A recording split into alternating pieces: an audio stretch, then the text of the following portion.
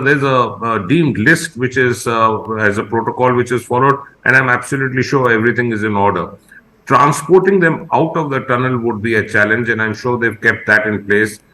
Taking them to the triage and then making sure that there's a gradual reverting back towards normal hemodynamic state, and then, of course, the long-term rehab as far as the psychological impact, if any. Right. Well, Dr. Bagai, let me tell you, the visuals that we are now seeing are of the ambulances getting into position. So obviously, what we can now confirm, viewers, is that this operation is in an advanced stage. All those ambulances now getting backed into that tunnel, because from those pipes very soon now, we're going to see these workers being extracted and then immediately being put in these ambulances, as the case might be, taken away to administer all sorts of checkups that Dr. Bagai is speaking about. Now remember, it is very important to ensure that these individuals who have been inside for 17 days are immediately rehabilitated in a manner that their body is nourished with water and of course with important nutrients. So that is fundamental, because these individuals have been inside, probably not sleeping very well, obviously because of the stress, while they weren't in a very, very confined space, because the whole tunnel, 2 kilometers of it, was sort of stretching out behind them. Viewers, you can just think about the lack of basic sanitation, enough water, etc., which can cause a certain degree of dysfunction in the body. So that has to be stabilized. And Dr. Bagai, do you see these individuals now being perhaps having to sort of spend a day in hospital, being administered all sorts of other checkups, etc.? And what would these checkups be? I think a couple of days in the hospital, at least, I would say. They would require a certain amount of lab tests, basically to check for liver kidney function, the hemoglobin, look for different parameters in case there is any infection which they've developed. If any one of them have ongoing medical issues, such as comorbid conditions or any ongoing medical disease, those medicines probably would not have been taken for many days, to make sure that all the parameters are normal, and definitely get a psychological evaluation through a counselor so that they are mentally and psychologically absolutely fine before they go home. Also, to look after the families financially for a couple of weeks, because they may not go back to work immediately. They are just poor workers. So I think we need a more holistic, all-round approach. But I want to give my compliments to the entire disaster management team and the state administration for putting so many moving pieces together. Let me restate, this is no mean task what they have accomplished. We may dissect it and do an audit much later, that's fine. But at the present moment, our only focus, aim and vision is to get these 41 people out in good medical state. Okay, well, viewers, here it is, this moment that the nation has been praying for. And the Chief Minister himself has come out and confirmed that a breakthrough has happened. It happened at 7:04 this evening as we were rolling, so we were not wrong, because Anshul was the first person to report that. Anshul, if you're still there and if you're connected, what really in the last 48 hours changed the dynamics of this operation? What were the couple of critical decisions that were taken? दो बार आए. Okay, 2 are out. Anshul is saying 2 are out. Can you confirm, Anshul, what's happening? What's happening on the ground? So yes, that's a big breaking news. 2 people have come out. The first 2 person have come out from the tunnel, is what we have been told from a person who is from a source who is inside the tunnel at this point in time. 2 people have come out, Vijay Hori and Ganpati Hori. The 2 people who have now come out from the tunnel, this is something that has been confirmed to us out here at the tunnel site. So yes, this is the big success that has happened out here at the tunnel site as well. You can see the kind of movement that has already started of the ambulance over here. 2 ambulances are already inside. These people who have just come outside are now lying, or have now been taken to the beds that were set up inside the tunnel, and their initial medical checkups are being done. Once those medical checkups are come to an end, then we are expecting that all these people would slowly start, would then be loaded into ambulances with their family members, and hence they would start coming out one after the other. So yes, this is the big story. At 7:50 p.m., the two people have finally come out from the pipes, is what we can confirm to our viewers at this point in time. So yes, big success. Just the last few minutes to go. In another hour, we will see that all these people who were stuck inside, the 41 lives that were stuck inside for the last 17 days, all these people will start coming out, and finally this rescue operation will come to an end. So yes, the hardest part of the operation has ended. The pipe has been stabilized. NDRF teams have gone in, and now probably the easiest part of this operation is to make sure that these people come out with safety, and then they are loaded into ambulance and then taken to Chiliani Sor. Well, we did see those two ambulances being reversed into that tunnel. Viewers, there they are. Those are the two pictures, and perhaps in just a few moments, these ambulances will depart from there. So, viewers, the big breaking news: Vijay Hori and Ganpati Hori are the two workers that are out first. We are being told that over the next 1 hour, all the workers will be extricated, and we are very, very happy to tell you that these workers, as of now, are normal. They are not displaying any reasons or any signs of trauma, etc., at least on the face of it. So there's more movement at that mouth of the tunnel behind, obviously, the waiting ambulances, and the lights of the ambulances are now have been switched on, viewers. So you can see there will be movement any moment from there. Anshul, what are you seeing behind you? Can you turn around and tell us what's exactly now in your field of view?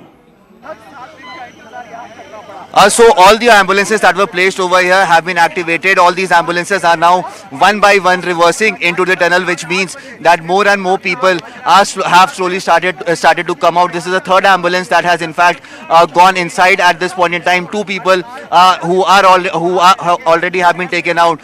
These people are now making sure, the doctors at this point in time are now making sure that the initial first aid is given to them, because remember, inside the tunnel the temperatures that they were facing was somewhere around the 25 to 30 degrees Celsius mark, whereas the temperature outside at this point in time is around the 10 degrees Celsius mark. So you can imagine there is a stark change in temperature, and hence warm clothes are being provided to them at this point in time, and the blood pressure, etc. The first initial checkups have started inside the tunnel, is what we can confirm to our viewers. And once that checkup ends, these people would be loaded into these ambulances that you are seeing on your screens right now. In fact, I'd like to ask my camera person to just zoom out, and you can see an entire cavalcade of ambulances whose lights have now been switched on, signaling that yes, the moment has come when they have to go inside the tunnel and then rush with these people to Chiliani Sor, where they would be treated. So yes, a lot of movement happening, a big positive breakthrough,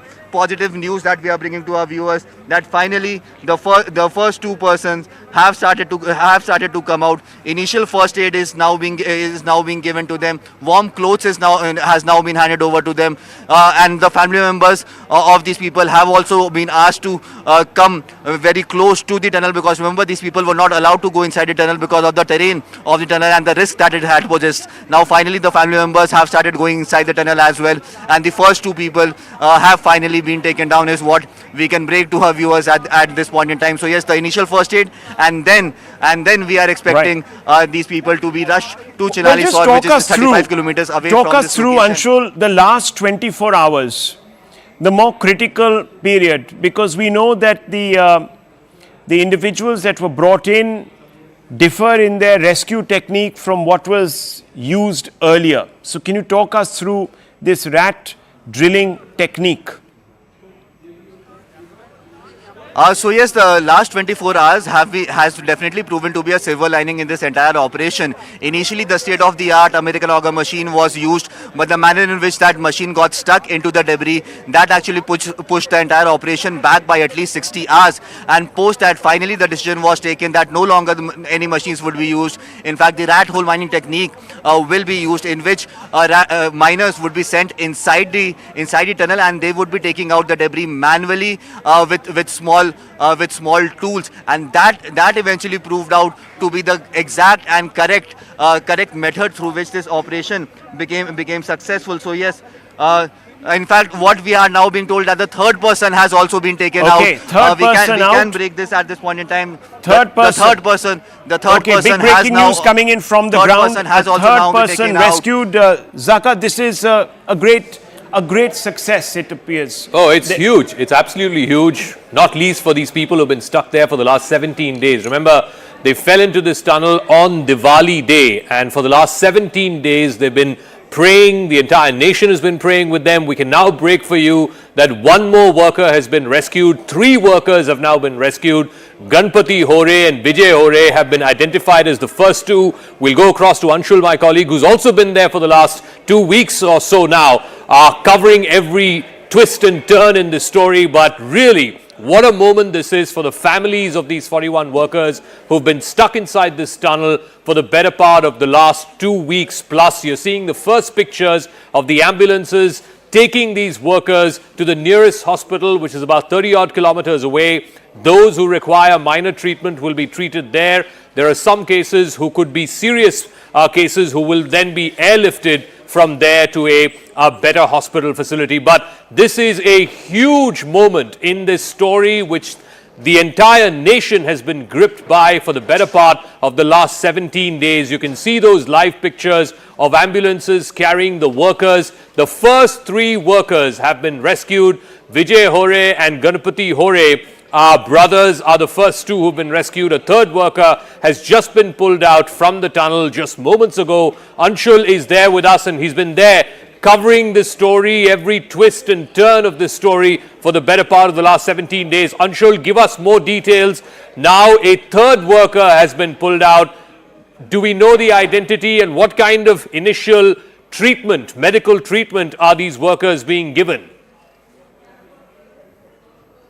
Yes, the initial treatment, basically, Zaka, you can imagine that the temperature inside the tunnel was somewhere around the 25 to 30 degrees Celsius mark, and now as they have come outside, the temperature is down to almost 10 degrees Celsius as we are speaking.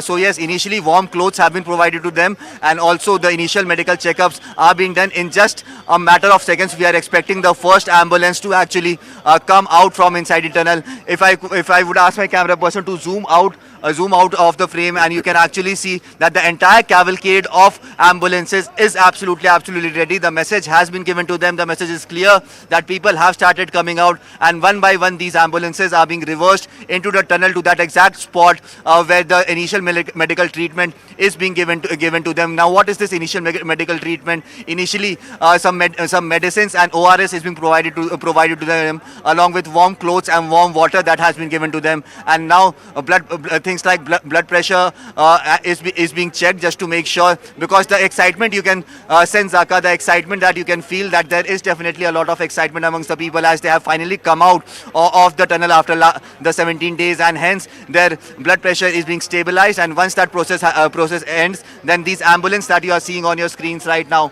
absolutely ready.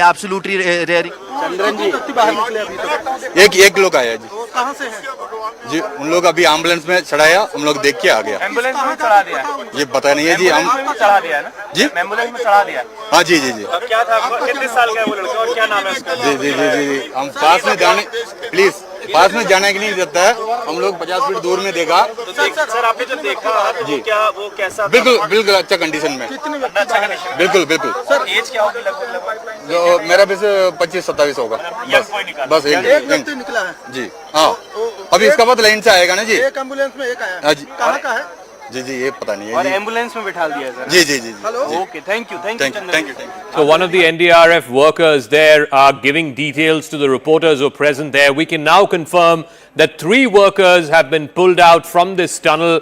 Vijay Hori and Ganpati Hori, 2 brothers, were the first 2 workers who were pulled out. Now, subsequently, a third worker has been pulled out as well. Initial first aid has been given to these workers, 41 of whom have been trapped inside this tunnel at this Silkyara Baralkot tunnel, where they've been stuck inside this tunnel for almost 3 weeks now, 17th day today. And at exactly 5 minutes past 7, the first major breakthrough happened when the pipe cleared all the debris and reached the place where beyond 58 meters these workers were struck. Now the first 3 workers have been pulled out. initial first aid has been given to them. Some of them will be taken to the nearest hospital, which is about 30 odd kilometers away. And if there are any people who require more intensive medical care, then they will be airlifted and taken to the district hospital. Let me go across to Anshul Singh, my colleague, who's also been tracking every twist and turn of this story.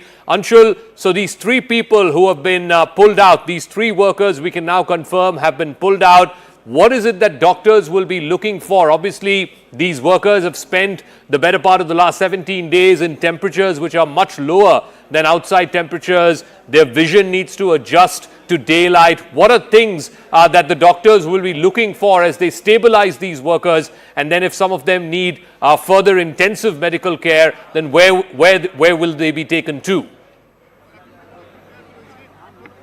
So yes, what we are being told that the initial medical checkup has been done and the first worker is almost on the verge of being loaded into that ambulance, and from here they would be taken to a makeshift hospital that has been made out here in Chiliani Sor, which is approximately 30 odd kilometers from this location. And post that, if at all more medical attention is needed, then these people would be taken in ambulances to AIIMS Rishikesh through a green corridor that will be made just to make sure that no obstruction comes in the way. Initially, the plan was to airlift them. A Chinook helicopter was also placed in Chiliani Sor, that if at all any person needs that help, then they would be airlifted, and a 15-minute flight would take them to AIIMS Rishikesh. But yes, at this point in time, since it is the night, the helicopter would not fly, and hence it has been decided that if at all anyone's require any special medical attention, they would be taken over there. But yes, the next few minutes are going to be very, very crucial, as the visuals that we were waiting for those ambulances to come out one by one, that process is going to start within the next few minutes. So yes, all right, Anshul, just give me a word. More reactions coming in. These disaster relief force workers who are coming out are giving us updates as to what is going on, the rescue operation. Let's listen in.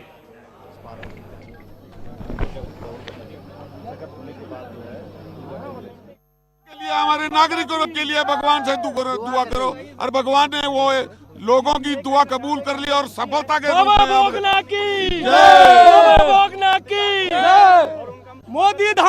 locals there absolutely ecstatic. They are singing praises to God because remember, Uttarakashi is a temple town, a holy town. Now 3 workers have been rescued, and it's a massive moment this after 17 days, and all of India's eyes were on these 41 workers. Now 3 of them have been rescued. The process of the others is currently going on. Anshul Singh is there still with us, and he's been tracking every twist and turn of this story. Anshul, just walk us through, how long do we expect for all 41 workers to be rescued from that tunnel? So yes, in the next hour and a half, we are expecting that the entire operation would come to an end. All these people would be coming out. I've just sent visuals, Zaka, of the first person coming out, where the first visuals are out where the first person has finally come out of the tunnel, and these visuals actually tell that how confident was actually the chief minister and General VK Singh, who are both. हाँ सब एकदम fit, एकदम खा P के fit, एकदम मस्त हैं सब. अभी निकाला जा रहा है उनको. अभी 3-4 लोग निकल गए, 4-5 लोग. हाँ, एक एक करके निकाला जा रहा है उनको. एक एक करके बाहर आ रहे हैं सब. कोई कितने आ चुके हैं?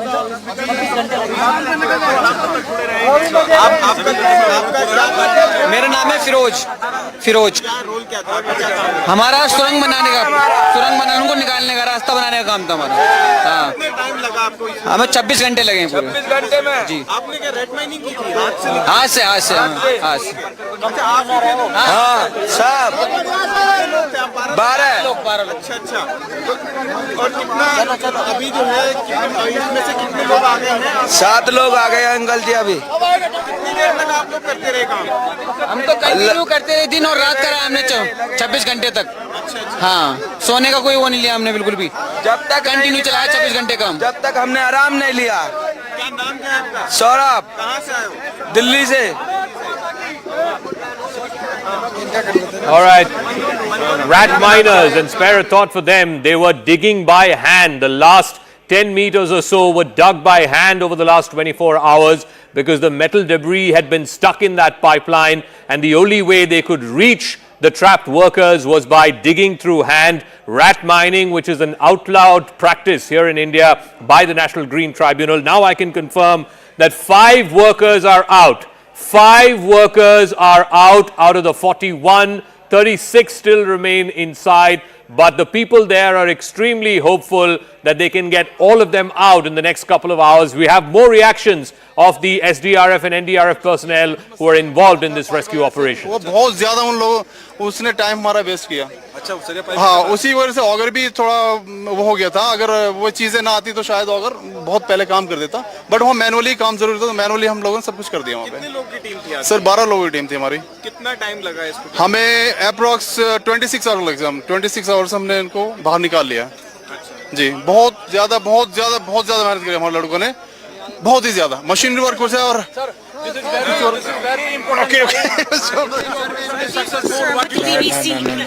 Sir, how can you explain this about this operation? Sir, this is very big success, sir.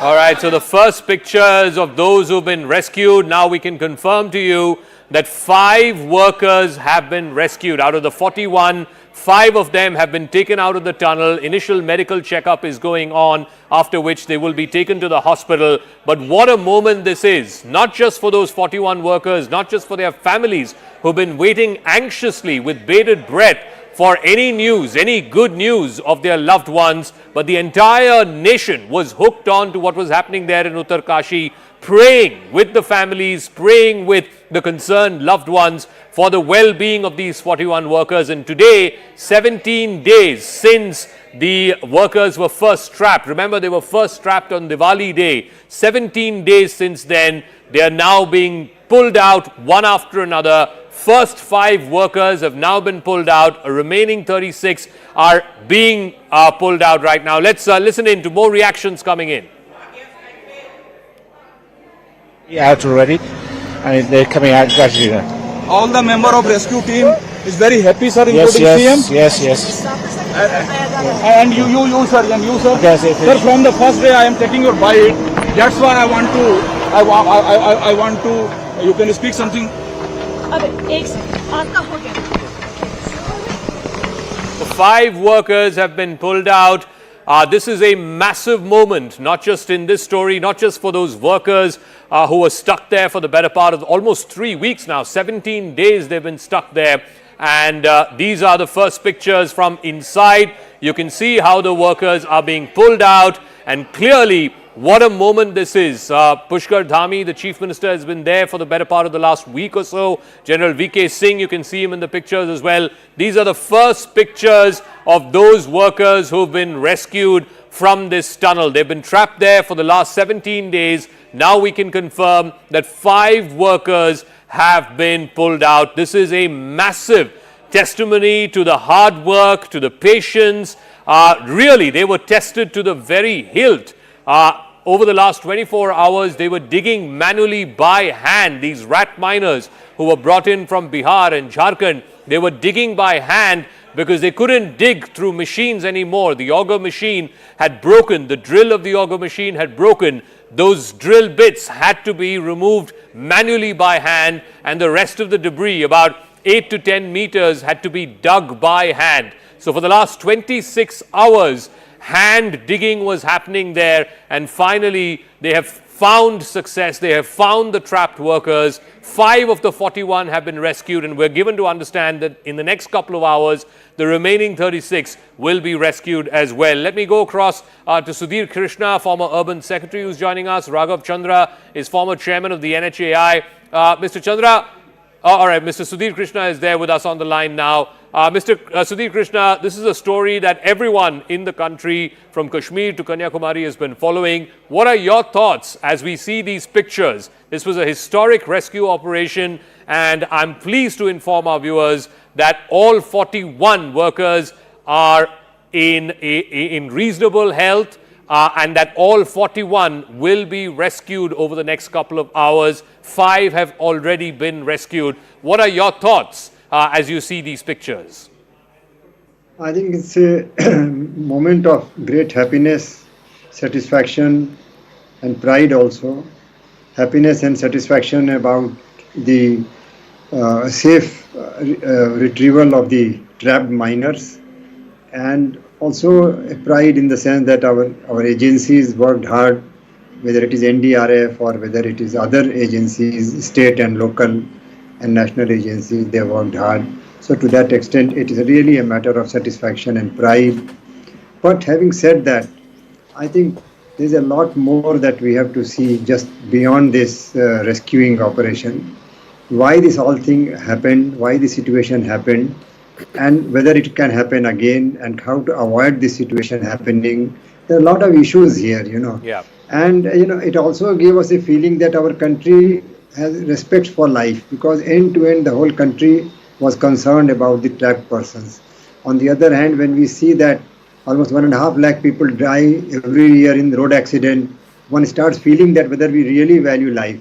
But today we got the feeling that yes, our country has respect for life. I think that's a great point that you make, Mr. Krishna, because it was said that in India life is cheap. But I don't think anyone who has seen this saga for the better part of the last almost 3 weeks now, 17 days, these workers have been trapped inside.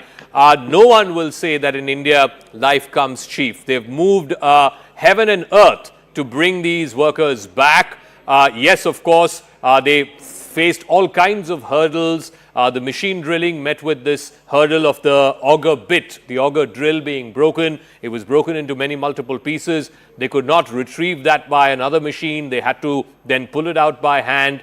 If you can just take us through, what kind of ordeal, not just these workers who were trapped inside had to go through. I'll come to that in one moment.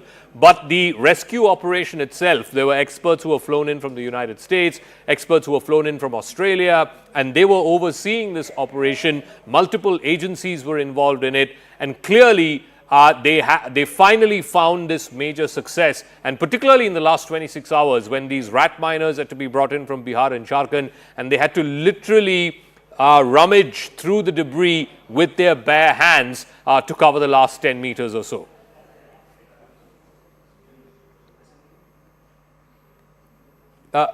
Yes, Mr. Krishna, yeah. You have to unmute, sir. Please unmute. Yeah, thank you. They have done really a wonderful job. There is no doubt about it. And this is not at all the prescribed procedure for mining or for tunneling of rat hole mining, etc. is not at all prescribed. And it is very, I would say it is a matter of great surprise that we had to fall back on this. And our standards are different. The Bureau of Indian Standard has set standards for mining, both excavation type as well as tunneling. And now I think they have to design standards for rat hole mining also. But then all this put together gives an impression that our agencies are not really, they need a lot of capacity building to understand what the geology is like, what the Himalayan geology is like. Because 16 days ago when this started on 12th of this month, and we were given to understand that within 2 days these trapped miners will be retrieved. But 2 days kept on increasing and then so on, and they could not fathom what exactly was the problem, and every time there was experimentation going on. So this gives it's like I'm just saying that silver lining of the dark cloud is that we got an opportunity to reflect on our strengths and weaknesses. And all right, work so on our clearly, weaknesses. just to bring our viewers who are just joining us, the big story that's coming out of Uttarakashi is that 5 workers have been rescued. These workers have now been rushed to the hospital. Initial medical treatment has been meted to them at the tunnel site itself. Their blood pressure needs to be stabilized. Their vital parameters need to be checked. This is the first video of the first worker being pulled out from the tunnel after 17 days. First of 41. You can see Uttarakhand Chief Minister Pushkar Dhami there. You can see Minister of State VK Singh also there. And they've been there for the better part of the last 3 or 4 days. Certainly the Chief Minister has been there for over a week now, monitoring these rescue operations. And clearly, what a moment this is for the first worker who was pulled out.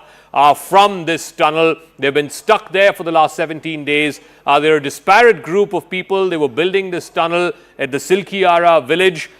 This was the Silkyara Baralkot stretch. Of course, like Mr. Krishna was saying, there are a lot of unanswered questions about, ecologically sensitive terrain and building large infrastructure projects there. Remember, this is not the first time we've seen workers in an under construction project being stuck like this. There was an NTPC project in which workers were flooded out some years ago. But now the good news, and we want to focus for a moment on this big moment for not just those workers, not just their families, but for all of India who have been following this story with bated breath, because we could relate to each one of them. It was almost like a movie that was playing out in front of our eyes. And now the good news is the first set of 5 workers have been rescued from under the tunnel there at Silkyara Baralkot, and they have now been taken to hospital. The hospital is 30 kilometers away, the nearest hospital. Now I can confirm for you that number has increased from 5 to 8. So 8 workers have been rescued from the tunnel there. This was the Uttarakashi tunnel project that was going on. It was being built by a private company, and these workers had unfortunately fallen into this tunnel on Diwali day, 17 days ago. And over the last 24 hours or so, like we've been saying, they met with a lot of complications. The auger machine that they were using, the blades of it broke. The debris of those blades was stuck inside the pipeline, and therefore they had to send people in manually to remove the debris first. And then the last 10 meters or so, 8 to 10 meters or so, were absolutely critical and crucial, and there was no way they could dig through those last 8 to 10 meters with any machine. And therefore they had to rummage through it with their bare hands. A bunch of rat miners, I think about a dozen of them, were brought in from different parts of India, and they were the ones who finally managed to get the breakthrough. The breakthrough happened at 7:05 p.m. this evening, when the pipeline finally managed to cut past all the debris and reach the workers, and the first 8 workers have now been rescued. If I can go back to Anshul Singh, my colleague who's there. Anshul, just walk us through what is happening there right now. We're showing the first video of the first worker who has been rescued, and he was there with Chief Minister Dhami, with General V.K. Singh, the minister from the central government. What is the status of these 8 workers? Where are they being taken to right now? So yes, let me tell you, Zaka, the celebrations are on out here in Uttarakashi, especially at the Silkyara tunnel site. If I could just move out of the frame, and I'll try and show you in the visuals over here. The ambulances are all readied up now. We are just awaiting for that first ambulance to finally come out. Firecrackers have started bursting out here, because remember, this entire incident happened on the day of Diwali, and the people out here decided not to celebrate Diwali because such a massive incident had happened over here. Now finally, after 17 days, these people who are now being taken out, finally celebrations have broken out over here. 8 people have come out from the tunnel safely, is what we have been told. What is happening inside, that all these, in fact, the initial medical test of the first 4 people has been completed inside the tunnel, is what we can confirm. And yes, these people are waiting for, at this point in time, for more people to come out, so that a large cavalcade could actually go through, because a green corridor needs to be made, and hence they are expecting that at least 4 to 5 people, 4 to 5 ambulances, once they are ready, then they will start moving out. So yes, this is a big development that we are bringing to our viewers, is that people have been started to be loaded up in the ambulances. Their family members will also be with them, and one after the other they would be sent out from this location to Silkyari Sor, where the makeshift community hospital has been made, in which all these 41 workers would be kept under observation for at least 24 hours, is what we have been told. And if at all someone needs more attention, then they will be eventually be taken to AIIMS Rishikesh. So Zaka, we are getting some more good news. 10 people have now been taken out, is what we are being told. All right. from inside the tunnel. So yes, the first lot of 10 people has been completed. 10 people are out now. Okay, and within so the next 10 few minutes, the workers entire are 41 out of the group of 41 that got stuck under this tunnel in Silkyara, the Silkyara Baralkot section of the Uttarakashi tunnel that was being built by these workers, these laborers. 10 workers have now been rescued. Like you've been hearing, NDRF and SDRF personnel there. Over the next hour, hour and a half or so, they expect that all the 41 workers will be brought out. 10 workers have now been brought out, and these 10 workers, like I said, like Anshul has been saying, their vital parameters, their blood pressure, all of that will be checked. The ones who need further intensive medical care will be taken to the hospital. The others, of course, are being given saline drips and ORS. Of course, they'll also have to adjust. The temperatures inside the tunnel was extremely low as compared to the outside temperature where they are now. Also, these people have not been exposed to sunlight for the better part of the last 17 days. But what a saga this has been. And you can see the first video there on the right side of your screen. Chief Minister of Uttarakhand, Pushkar Singh Dhami, along with Union Minister, Ms. General V.K. Singh. As you can see, the first set of workers being brought out. We can now confirm to you that 10 workers have been pulled out from this tunnel. Now that number has gone up to 15. So, folks, this is happening very, very fast, very, very quickly there at Uttarakashi, at the Silkyara Baralkot tunnel. 15 workers have now been rescued. That is almost, in fact, more than a third of the 41 who were trapped there for the last 17 days. Anshul, just walk us through what this means for the locals there as well. I'm sure they were just as tense, just as worried over the last 2 weeks since this story came to the national consciousness. What does this mean for the locals there? We can see some of them distributing sweets. There's sloganeering. People are worshipping at the temples. Fireworks are going off. What does this mean for this little sleepy village called Silkyara? So yes, this absolutely means a lot of happiness for the people out here in Silkyara. In fact, the local peoples were expecting this to happen. They were praying day in and day out to their local gods over here, and that is the reason why this makeshift temple was also built over here. Over the last 24 to 36 hours, constant havan has been going inside, has been going in and around the tunnel. Point is what we have been what we have seen over here. So yes, the situation out here is absolutely fine, and now we are expecting that within the next few minutes all these people would now finally be taken out. The official information that has been given to us is that abhi tak कुल 13 श्रमिक सुरक्षित बाहर निकाले जा चुके हैं. Is the official information that has been circulated to us at this point in time. So yes, one after the other people are being taken out safely, and as we had predicted that it would almost take 2.5 to 3 minutes for a person to actually come out from the tunnel, and that is something that is proving to be true. The NDRF and the SDRF are making sure that there is absolutely no time that is wasted to take these people out. And yes, celebrations have started over here. I heard a few fireworks also happening right at this spot. In fact, claps and celebrations and sloganeering have all started to happen over here. This is the spot from where the ambulances will be taken out within the next few minutes. You can see the crowd that has gathered over here. These are all the people who are locals over here, and they are out here in cold just to experience this historic moment that will be written in the history of this country. One of the biggest rescue operations going on for 17 days, one of the toughest rescue operations.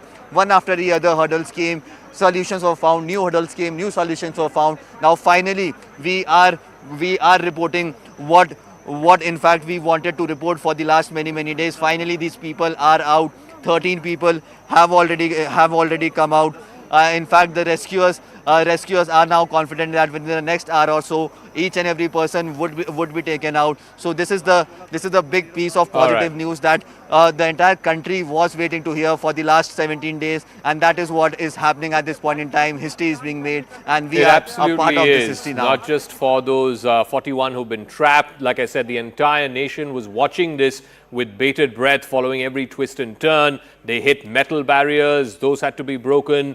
Drilling machines were brought in from outside. There was this auger machine that was brought in from outside. That was, rummaging through the debris. And then the auger machine drill itself broke a couple of days back. And then they had to go in through pipelines and manually remove the debris of the auger machine drill that had broken. And then the last 8 to 10 meters or so had to be dug through with hand because they couldn't use any machines in those last 8 to 10 meters. You can see how elated the people there are in Uttarakashi, in Silkyara. I'm sure their families are absolutely elated. You can see people distributing sweets. You can see fireworks going up in the sky there. And that's because everyone was watching the story, almost following this like a family member of theirs had been trapped in. These 41 were India's brothers who were trapped in that tunnel there in Uttarakashi. Raghav Chandra is former chairman of the NHAI. Thank you very much, sir, for speaking with us. Your thoughts as these workers are being pulled out one by one.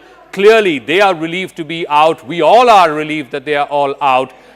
Just walk us through what this means, because for 17 days, as my colleague Anshul there is reporting from the location, there was one obstacle after another, and for each of those obstacles, new solutions had to be found and were found. So this is something extremely joyful for not only these workers, for their families, but for the entire nation and for all the agencies who are involved in construction, because such mishaps do occur. And to be able to unite, to be able to have a very organized and methodical mission mode rescue mission is in itself a very positive development, which we have hitherto not seen happening in India, where such tragedies or mishaps occur in isolation.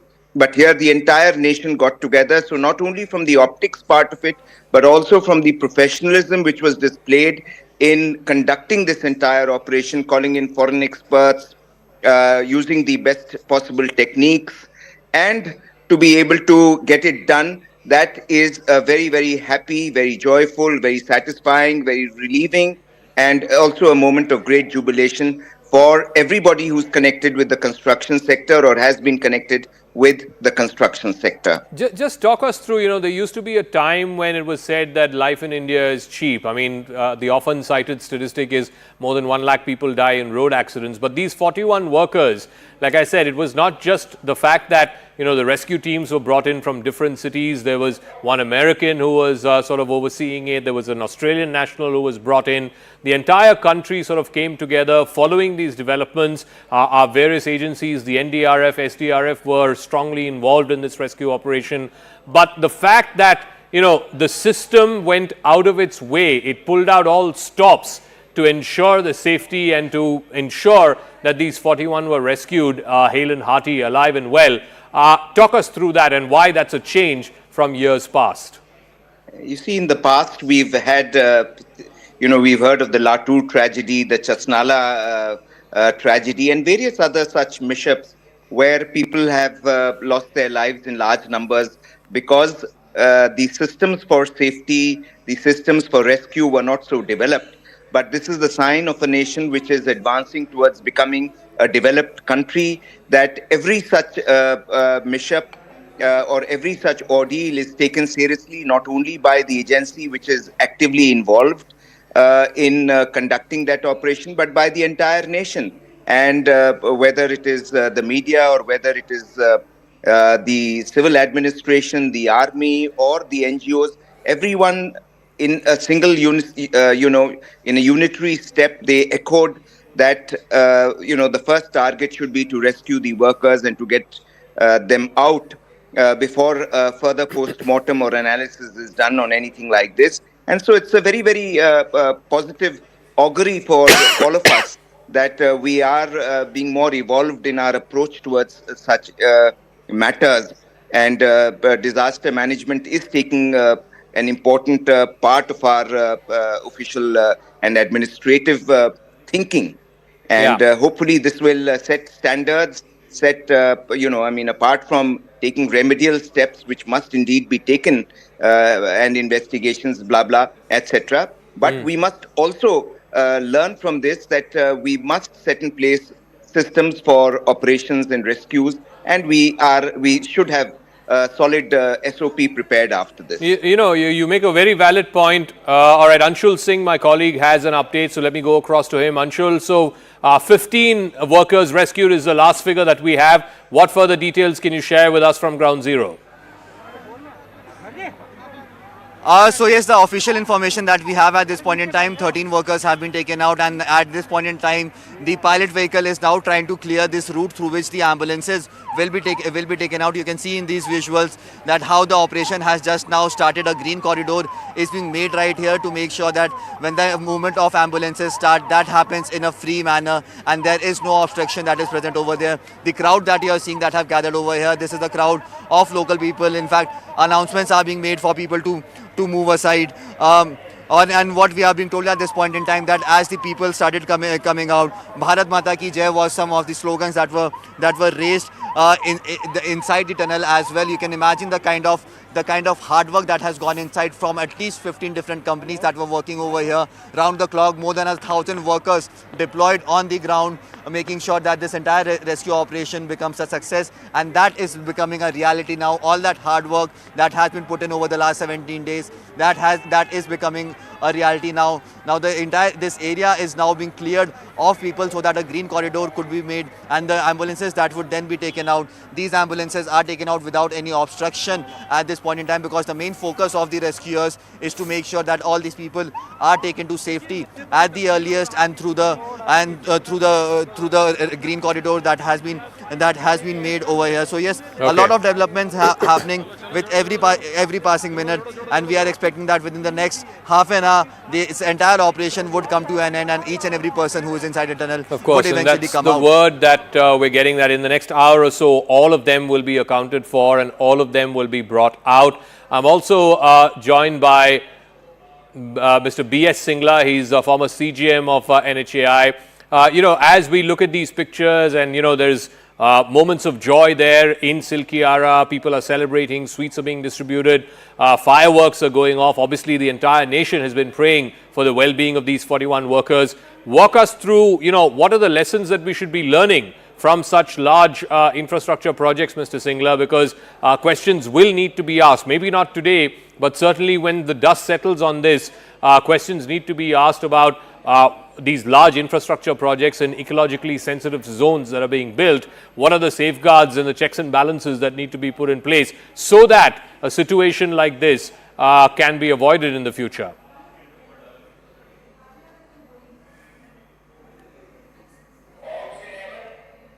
Hello. Yeah, Mr. Singla, can you hear me? All right, let me go across to Lieutenant General Syed Atta Hasnain. He's a member of the National Disaster Management Authority, and he's been constantly in touch with the rescue teams on the ground. He's been constantly on a daily basis been updating the media on the progress in this rescue effort so far. General Hasnain, first of all, many congratulations to you and your team. It's a fantastic job done. Like I said, an entire country was watching every move of the rescue operation here, and you had to face one obstacle after another. Just walk us through what the last 17 days have meant for you and your men. Firstly, Zaka, I think the congratulations is due to the nation and not to any of us individually. Right from the Prime Minister, he has led this entire thing. The Government of India, which has got its act together completely on this entire operation. I don't think any time I have seen the manner in which every department of Government of India has come together. So let me tell you, starting from the 12th of November, when the first news came in, I think it was the Prime Minister's Principal Secretary who took the first call on this and put across. He knew that some of the best people involved with infrastructure development are there in the Indian Railways, who've been involved with bridging, with tunneling and things like that. They were the ones the first access was made to. And thereafter, progressively, as advice kept coming in, more and more departments, more and more ministries came in. The Ministry of Road Transport and Highways has been obviously the core organization, which has been deeply involved. The Secretary has been at the site for almost the entire time. The subsidiaries of the ministry themselves, the various authorities have been there, the NHAI being one of the main ones. Besides that, the Ministry of Home Affairs, the Cabinet Secretariat, of course, the NDMA, Ministry of Health, almost every department has come together, not to forget the state governments. Yeah. Who have all enabled these green corridors to be given for the movement of massive equipment from different parts of India through various roads leading up all the way to Uttarakhand. It's been a huge challenge. Without the Indian Air Force's effort, nothing could really have been achieved, because they were the ones who were always standby, moving all kinds of awkward equipment into this area. I think the presence of leadership, starting with the Prime Minister, who has been giving directions from moment to moment. He's not only been receiving a feedback, not only monitoring, but also giving directions.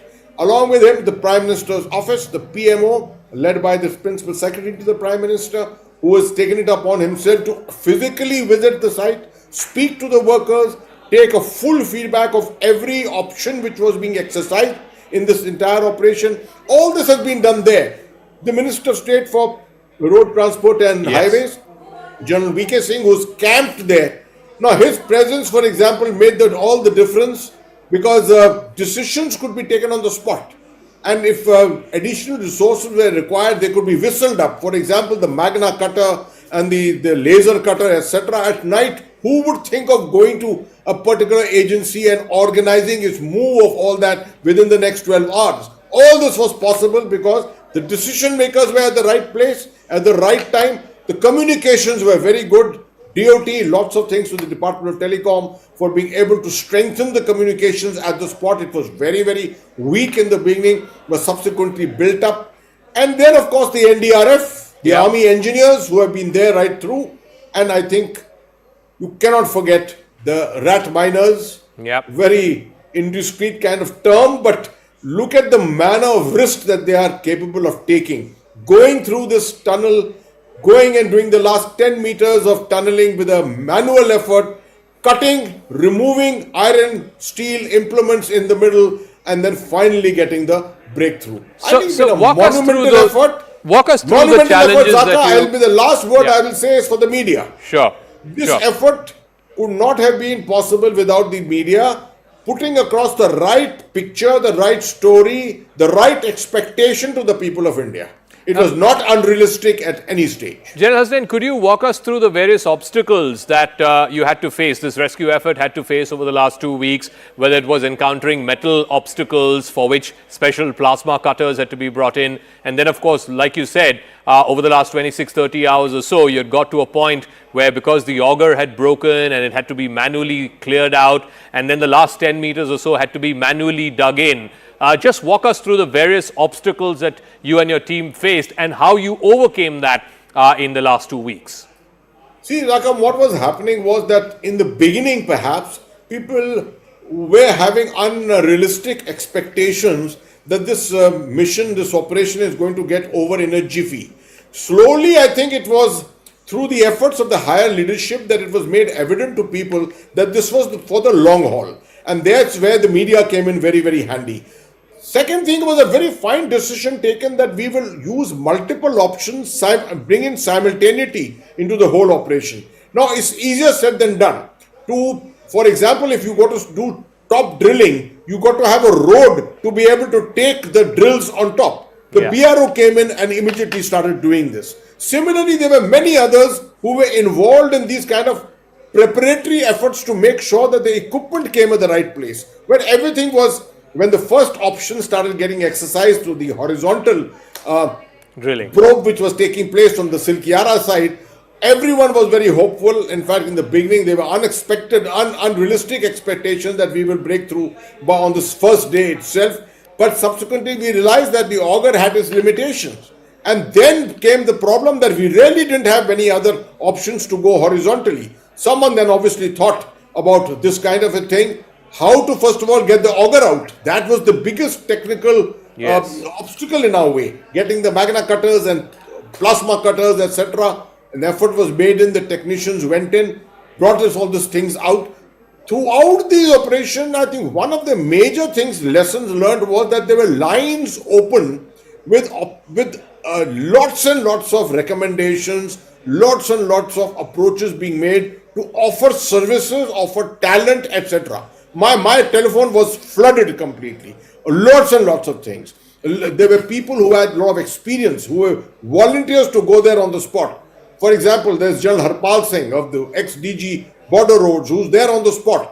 The moment I learnt of his willingness to go, we spoke about it to the Principal Secretary to the Prime Minister, who enabled it in a couple of moments. He has been there for the last 4-5 days, offering his services, offering his advice. So this is what brings in an emergency. There is nothing like this. There were huge number of obstacles en route, but I think it's the overall cooperation, the offer of their services free of cost, which has enabled this. General Hassan, there used to be a time not so long ago where it was said that in India life is cheap. But this episode over the last 17 days has illustrated that when the system wants to and it puts its mind to, then it can go to any length to save even one single life. Experts were brought in from Australia, from America, micro-tunneling experts, and like you said, the last 10 meters was dug through with hand. So, just the lessons learned from this complex operation over the last 2 weeks plus, what would that be in your mind, top of mind? Firstly, Zakab, I have been reminding a lot of people, and I did it in the media conference today, that a lot of people in India have never read the 10-point agenda of the Honorable Prime Minister on disaster management. And in that, one of the points is very clear.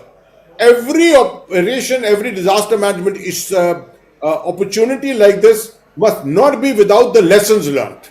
The lessons must be learned, analyzed properly, documented, and perhaps put out as guidelines. Now, that is exactly what is necessary to be done in this. I think the first major strategic lesson is that you do not underestimate a disaster. Right from the moment in the beginning, you should start treating a disaster as a disaster. If you treat it as something which is very small, which can be just wished away, you will never be able to get together the resources in the time frame required. Respect lives. 41 workers who may be considered by a lot of people as inconsequential. People who had no influence, no outreach. But here the government made sure that there was no requirement of an outreach by them. The government would do the outreach to ensure that their lives were saved. The moment that message went out, also in such emergency conditions, the psychosocial aspect of keeping people hopeful.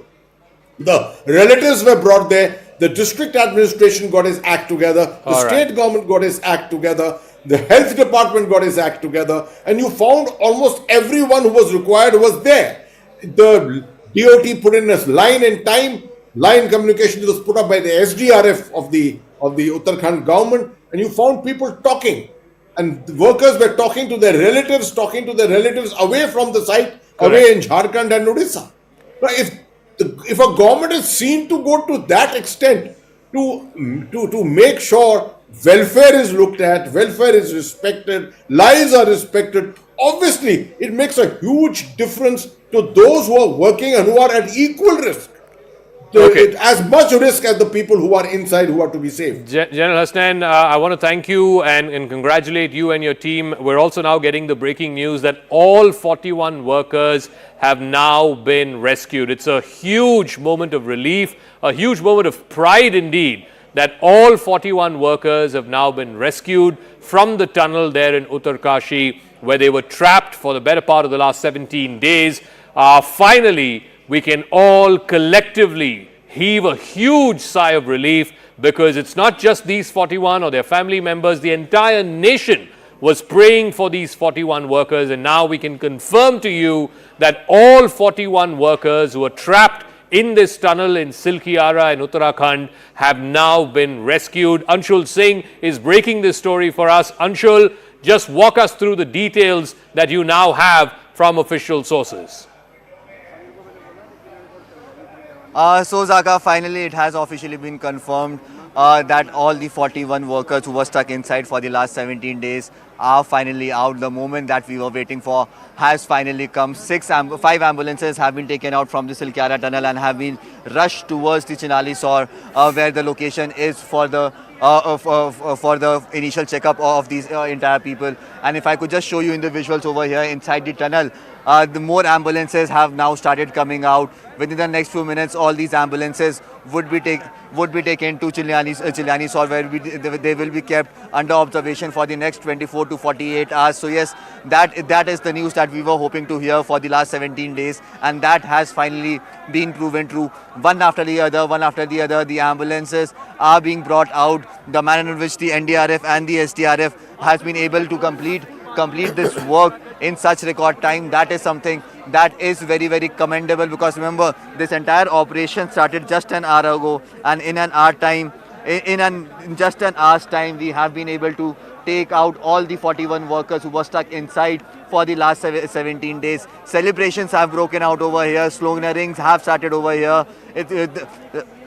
What we are being told at this point in time, that even the chief minister has gone ahead and congratulated each and every person who was involved in this entire mission. The official release has also now come out. After 17 days, all the 41 workers have come out, is what officially has been confirmed. And yes, this is the big development. The last few workers are now being checked inside for the initial first aid that needs to be given to them. And post that, all these people would then be taken to the place in Chilyani Sor, where that has been selected for them to be kept safely for the next 24 to 48 hours. So yes, the initial operation that started 17 days ago has finally come to an end. One after the other, we have seen how there were so many problems that came in, new solutions were found, then new problems were propped up, and new solutions were found yet again. And now finally, all these 17 people have finally been taken down. Definitely there is a joy. It feels like a festival out here on ground zero. The locals are absolutely ecstatic. That it indeed is the great Himalayan rescue. Let's listen in to Nitin Gadkari, the Union Minister for Highways. He's also been closely following what's happening there in Uttarakashi. Let's listen in to what he had to say, the first reaction. सब लोगों ने रात दिन मेहनत की, परिश्रम किए, अलग-अलग पर्यायों पर काम किया, और उसके बाद ये सफलता मिली है। ये बहुत गहरा संकट था, पहली बार इस प्रकार का अनुभव आया। इन लोगों की जान बची, उन लोगों को मैं बहुत शुभकामनाएं, शुभेच्छाएं देता हूं।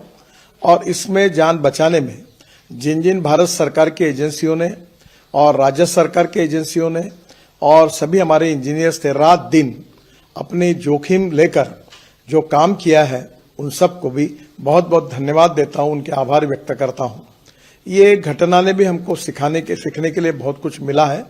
अब हम लोग इसके बारे में टनल का सेफ्टी ऑडिट भी करने वाले हैं, और टेक्नोलॉजी के साथ कैसे हम लोग ज्यादा से अच्छे टेक्नोलॉजी का उपयोग कर सके, ये भी कोशिश करेंगे। हिमालय का स्टार्टा बहुत ही फ्राजिल है, और इसीलिए स्वाभाविक रूप से वहां काम करना भी बहुत कठिन है, पर इसके ऊपर हमको उपाय ढूंढना होगा। हम निश्चित रूप से उपाय ढूंढेंगे। इसी विश्वास के साथ फिर से एक बार जिन लोगों ने सहयोग किया, उनको बहुत धन्यवाद। और विशेष रूप से जो मजदूर है, उनके परिवारों को भी मेरी बहुत शुभकामनाएं, क्योंकि वो बेचारे वापस आए हैं। हमारे लिए, सबके लिए बहुत खुशी की बात है। उनके उज्जवल भविष्य की कामना। बहुत धन्यवाद। नमस्कार। That was the Minister for Road Transport and Highways, Nitin Gadkari, there, closely following the developments over the last 17 days. These are pictures of Pushkar Singh Dhami, placing these workers, leading them up to the ambulances. He's greeted every one of the 41 who have now been rescued. The last 5 or 6 are being given immediate medical attention, after which they will also be put in this ambulance and taken to that makeshift hospital in Chilyansura, which is about 30-odd kilometers away. But what a moment of pride this is, because remember, disaster management is now a full-fledged science in this country. India has also pitched for the International Coalition of Disaster Management. Right from the tsunami in 2004, there's been concerted efforts every time there is a cyclone, an earthquake, or of course this kind of a tragedy in which 41 workers found themselves trapped inside a tunnel. Various disaster management agencies from the NDRF, the SDRF, the National Disaster Management Authority have all come together, learnt lessons. In this instance, even foreign experts were flown in to make sure that every worker was safe, that no one was left behind, that not one life was lost. So let me bring in Brigadier Vinod Datta, former senior consultant with the NIDM. B.S. Singla is former CGM with the NHAI. He's also joining us. Brigadier Datta, in an effort such as this, you need multiple agencies, state agencies, central agencies, agencies from the defense forces coordinating in an absolutely almost perfect manner. And I spoke to General Hasnain a moment ago, and every day there was a new challenge, a new solution had to be found out. What are the lessons learned in the manner in which all of these various agencies and the best talent in those agencies were put to use to rescue these 41 workers who were trapped there for the last 17 days? Well, Jaka, first of all, congratulations for such a great achievement by the nation. And I want to highlight one thing, that unless all the agencies, they fire together, we are not going to hit the target. And this is what was done. Like I have, overseen disaster management operations for 3.5 years when I was in the Ministry of Defense in Headquarter IDS. And you see, such coordination was unparalleled. And it is a lesson to be learned that unless you synergize, unless you cooperate, unless you have federal corporatism, you are not going to achieve anything. And this has been done very nicely. Now, a few points which are takeaways is that we must cater for such kind of equipment which is there. Because there are so many, like there was one tunnel operation in Himachal, which I supervised. I mean, the wastage of these cutters and the equipment exploitation is so much that we have to cater for the, equipment casualty also. And somehow, I mean, we were lucky that the green corridors were provided by the railways, by Indian Air Force, and the BRO and the Army engineers have also done a wonderful job besides NDRF and SDRF and other agencies. But what is required is that we should not only restrict ourselves to only lessons learned. We must translate them into actions, that is, lessons applied. That is what I always, have been emphasizing, because you see, all these after action reports or lessons learned, they will be gathering dust after some time. But we should, ask the people or the disaster management practitioners or the people who are involved in this construction to follow them. And the regulatory authorities, they should facilitate and they should be able to, implement them on ground. We should be, proactive rather than being reactive. But, God has been kind. The weather played a major role. And, all the, activities were taken simultaneously. And hats off to these mining, excavators who have done a wonderful job. And that's why there is a kahawat in Hindi. They say, "Jahan kaam aave, sui kahan kare talwar." So we should not forget that. And we should know that everything is fair in love and war. And that is what it has been proved. Let me also go across to Mr. B.S. Singla. He's the former CGM with the NHAI. For the NHAI, and you heard the minister also a moment ago, this was truly a test, because this was a project, an important project, a sensitive project as well, in a highly sensitive ecological zone. The fact that these these workers were trapped, and the system pulled all stops to ensure that not one person was left behind, not one life was lost.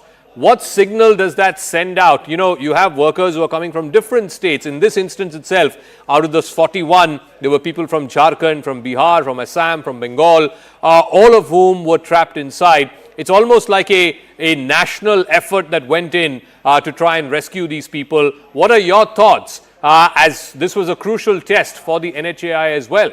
Not just for those who were involved in the immediate rescue operation, but the NHAI, the ministry also, and officials from the ministry, the secretary, the minister, MOS in charge there. They were all on site, on camp for the last 4 or 5 days, just being there to ensure that these workers are pulled out safe and sound.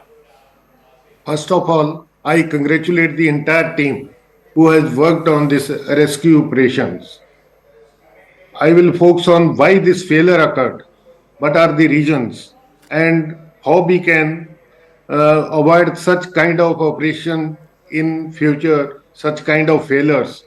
The tunnels, the most important part is the soil investigation. Suppose in a 4-kilometer tunnel, Generally, the soil investigation carried out at just 4 spots. The soil characteristics changes from point to point. There should be proper soil investigation and proper designing of the tunnels. There should be proper support system. If a proper support system with designing is provided at the site, no such kind of failure occurs. The reasons of failures can be presence of the shear zone, fault zone, thrust zone. There can be difficulty in the terrain conditions and folded rock. There can be swelling of the claying soil, which can be controlled by the umbrella technique. The tunnel conditions are so that there can be these can be studied with the modern techniques, tunnel seismic prediction, ground penetration radar. There are so many reasons of failures. The fracture zones, sometimes they are parallel to the tunnel, sometimes they are perpendicular to the tunnel. Suppose these are parallel to the tunnel supporting system comes closer and closer.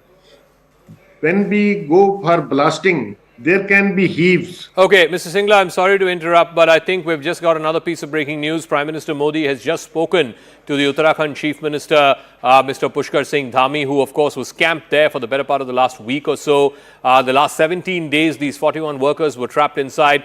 Prime Minister Modi and the PMO have been closely tracking this. The Principal Secretary has been there for the last couple of days. The former senior advisor to the PMO, Mr. Kulbe, was also closely involved in this rescue effort. Now the Prime Minister, who's been monitoring this on a daily basis, has just spoken moments ago to Uttarakhand Chief Minister Pushkar Singh Dhami. Let me go across to Aman Sharma, our political editor, who's got more details on this. Just walk us through not just this phone call, but also how various senior officials in the PMO have been on ground and tracking every twist and turn in this rescue operation for the last 17 days. Aman.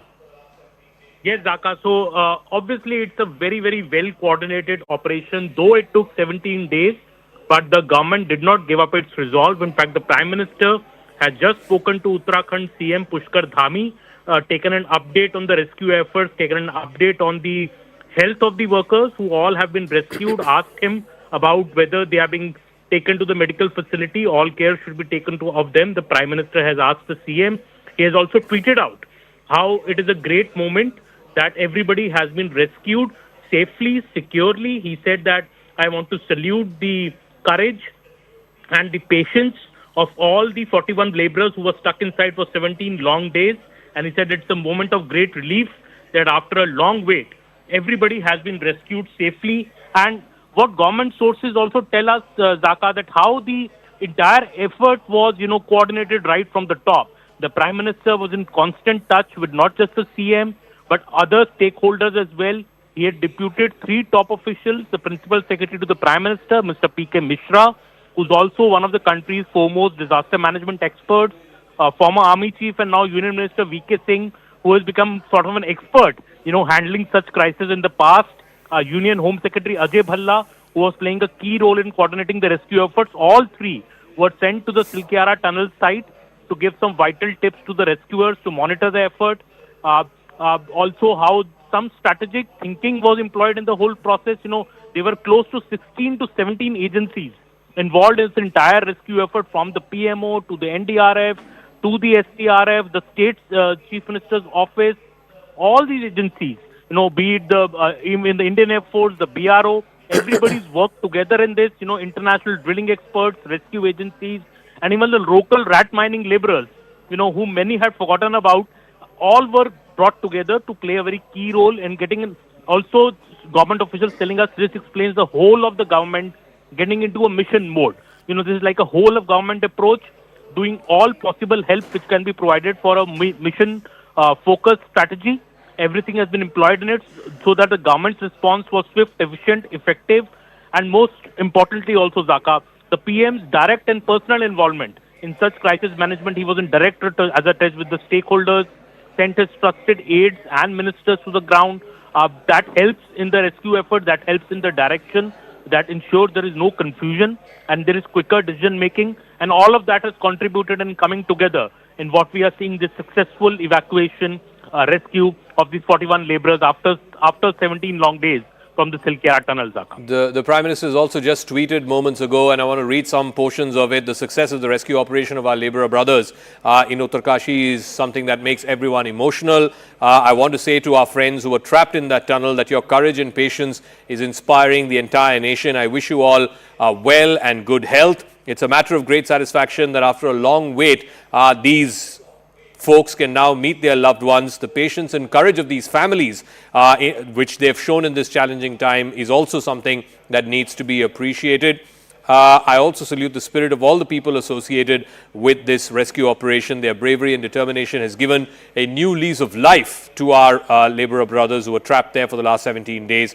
Everyone involved in this mission has set an amazing example of teamwork and good humanity. Let me also go across to Mr. Naveen Bhatnagar. He's former DG NDRF, who's now joining us, former DIG NDRF. Mr. Bhatnagar, like my colleague Aman was saying, you know, the fact that multiple agencies from different arms of government had to come in for this, whether it was NDRF, SDRF, members of the NDMA, the Chief Minister was camped out there for the last 1 week or so. You had the Ministry of Road Transport and Highways involved as well. The NHAI was involved.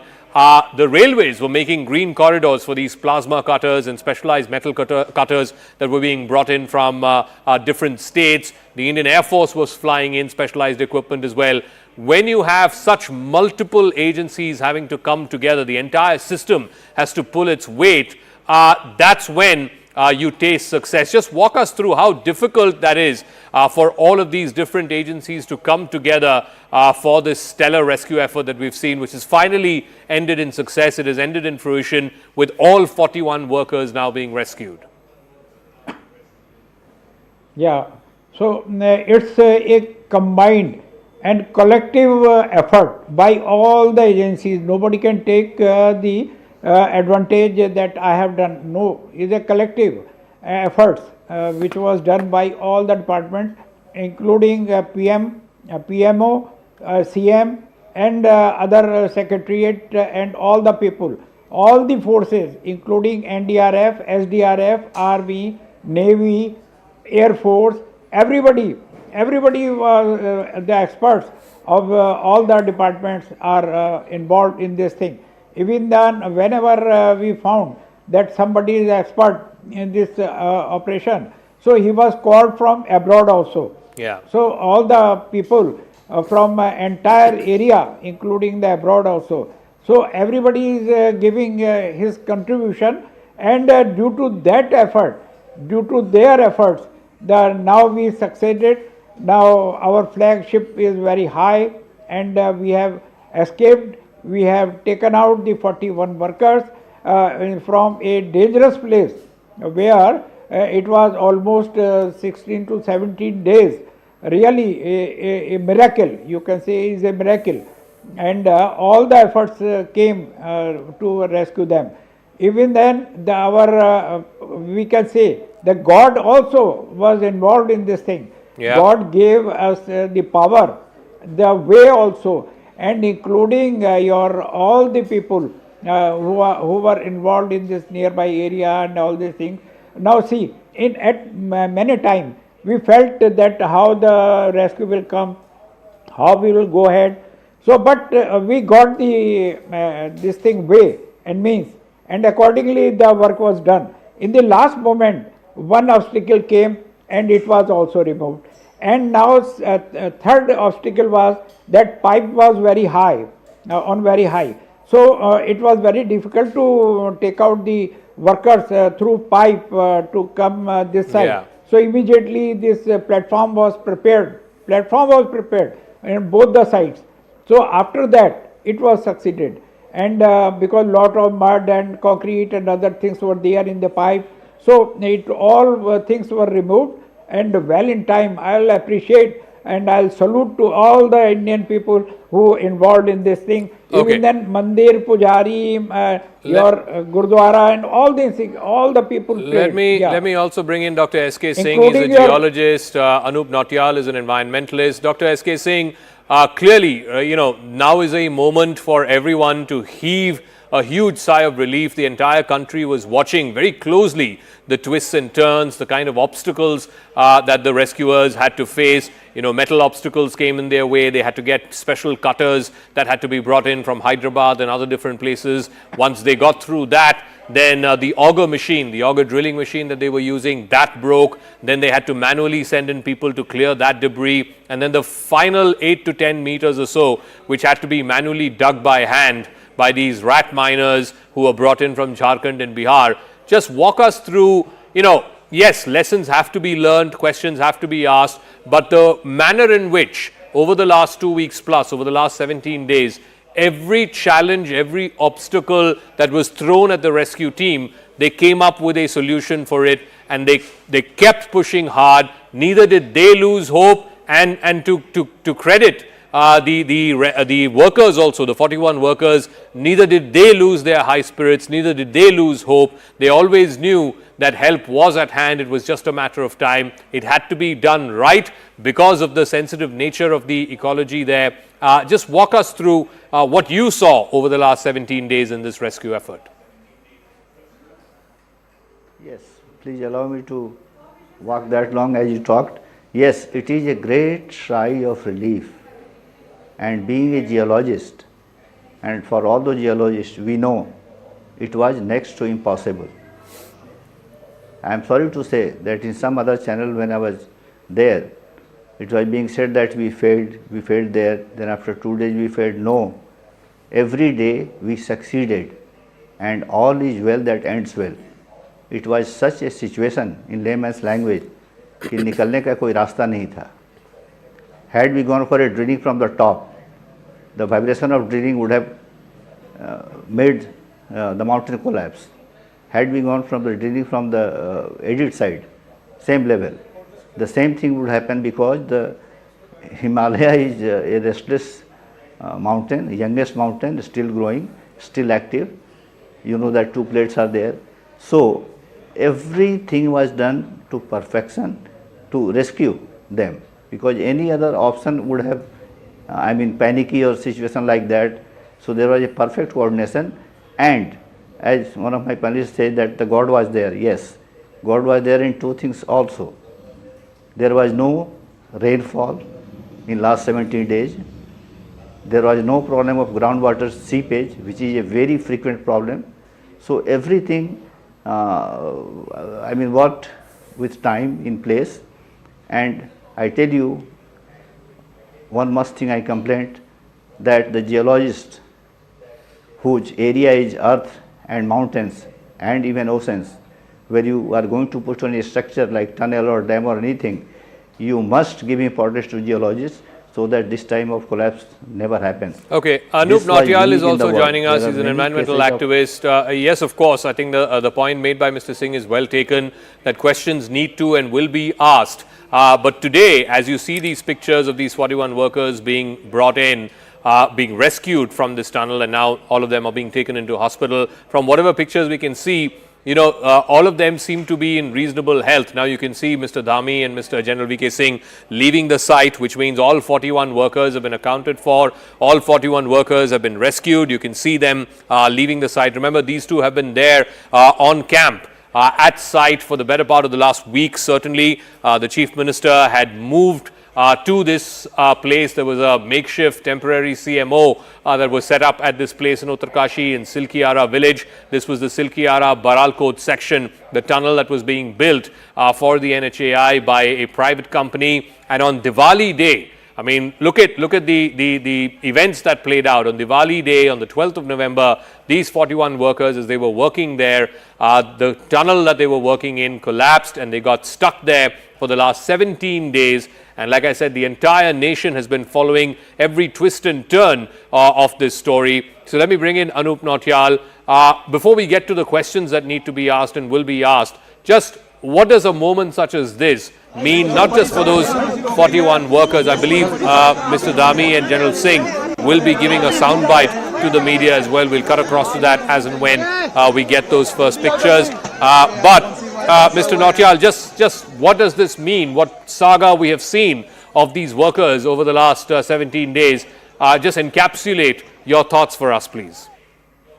So Zaka, one huge, massive roller coaster ride of various emotions, so many ups and downs. And, when you were setting the context, you yourself mentioned, so many things which were happening on so many days. So this is, as I said, akin to a pot boiler, and so many hits, so many misses. Of course, the super duper superheroes are the 41 brave young men, looking at them coming out of the tunnel, really giving goosebumps. And what I was really happy about was that their spirits looked so high, close to 400 hours in that tunnel for these 41 young brave men from 8 states across the country. Still, when they're coming out, they are walking out, they are walking out with smiles on their face. So says a lot about their own resilience.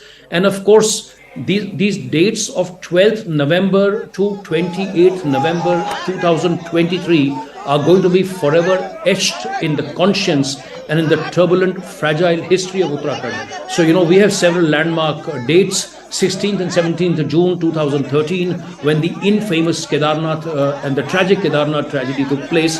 The 7th of February 2021 in the district of Chamoli, when we lost more than 200 men on a wonderful day. And then this particular period, so personally also for me, even though I am not at Silkyara, I am in Dehradun, but really looking at this tragedy, this momentous tragedy, almost, on a regular basis. So again, a sea of emotions. Of course, many questions. We can hear General Singh now speaking to the reporters there. Chief Minister Dhami is also there with him, right next to his side. Let's listen in to what these two men, remember, they've been there on ground for the last 1 week or so. The CMO had made a makeshift office there at the tunnel site in Silkyara. The MOS for Road Transport and Highways, General Singh, was also there looking at this rescue operation. Every obstacle, every hurdle that came their way over the last 1 week, that was dealt with. Let's listen in to what these two men, the men of the moment as they are, who facilitated this massive rescue effort, what they have to say. बहुत mobile नीचे करो, इसमें हमारे श्रमिक भाई 16 दिनों से भी लगातार अंदर संघर्ष कर रहे थे और पूरा देश उनके लिए बाहर संघर्ष कर रहा था। इस पूरे अभियान में लगे हुए सभी कर्मचारियों को, सभी कार्मिकों को, सभी विशेषज्ञों को, सभी हमारे वैज्ञानिकों को, सभी भारत सरकार की संस्थाओं को और एक एक व्यक्ति, हमारा एक एक व्यक्ति जो मीडिया से भी थे, उन समेत मैं सबका धन्यवाद करता हूं कि इस बहुत ही कठिन और चुनौतीपूर्ण काम को सभी लोगों ने अपना सहयोग प्रदान किया। और बहुत चुनौतीपूर्ण काम होते हुए भी प्रातःकाल और शाम दोनों टाइम हमारे प्रधानमंत्री आदरणीय मोदी जी लगातार इस रेस्क्यू अभियान की हमसे सभी लोगों से लगातार जानकारी करते थे, लगातार अपना जो सहयोग देना था, जो उनका एक संबल था और उनका जो एक सहयोग और हम लोगों को जो भरोसा था और जो उन्होंने, मैं कहूं व्यक्तिगत रूप से, उन्होंने मुझे एक काम भी दिया हुआ था, ये ड्यूटी दी थी कि किसी भी तरीके से इन सबका समन्वय करते हुए बाहर निकालना है। तो उनका अगर संबल न होता, उनका इतना जिस प्रकार से आज भारत सरकार की सारी हमारी एजेंसियां इस काम में लगी, तो निश्चित रूप से जो कठिन काम भी हमारे लिए आसान हो गया। मैं उनका भी धन्यवाद करता हूं कि और अभी भी उन्होंने, जैसे ही हमारे सभी श्रमिक भाई बाहर आए, उनका अभी दूरभाष पर फोन आया था और उन्होंने कहा कि सभी को मेडिकल उनका चेकअप ठीक से करना है, उनके परिजनों की सबकी कुशल क्षेम जानी, उनकी चिंता करनी है, उनके घरों तक ले जाने की उनकी व्यवस्था करनी है। सभी प्रकार से उन्होंने संपूर्ण चिंता करने का काम किया है।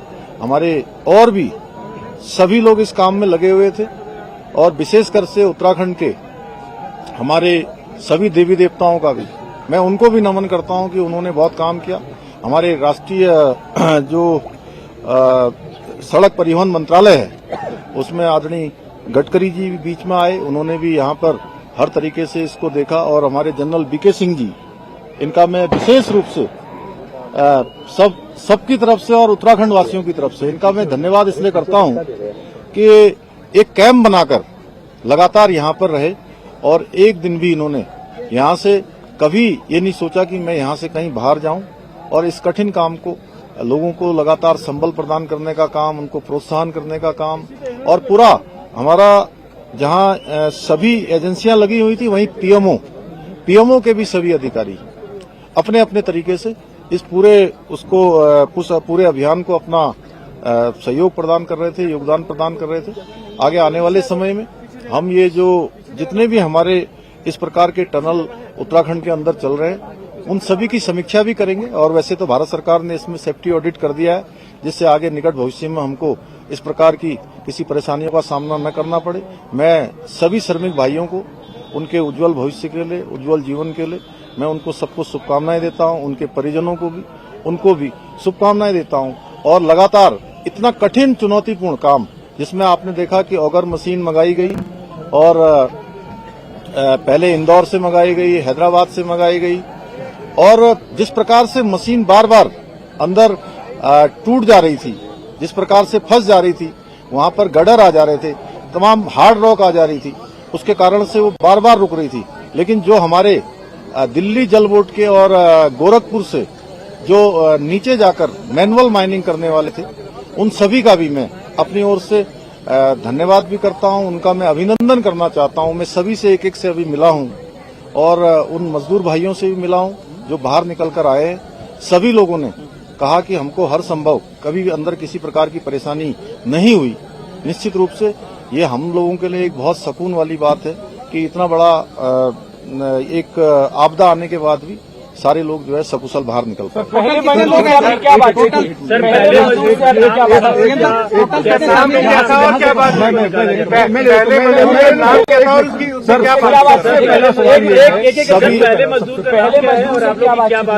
सभी देखिए अलग अलग थे, जैसे कि अंदर विशेष रूप से जो हमारी शुरू से बात हो रही थी उसमें सबा अहमद, गब्बर सिंह और अखिलेश तीन इनके जो टीम लीडर थे उनसे लगातार हमारी बात हो रही थी।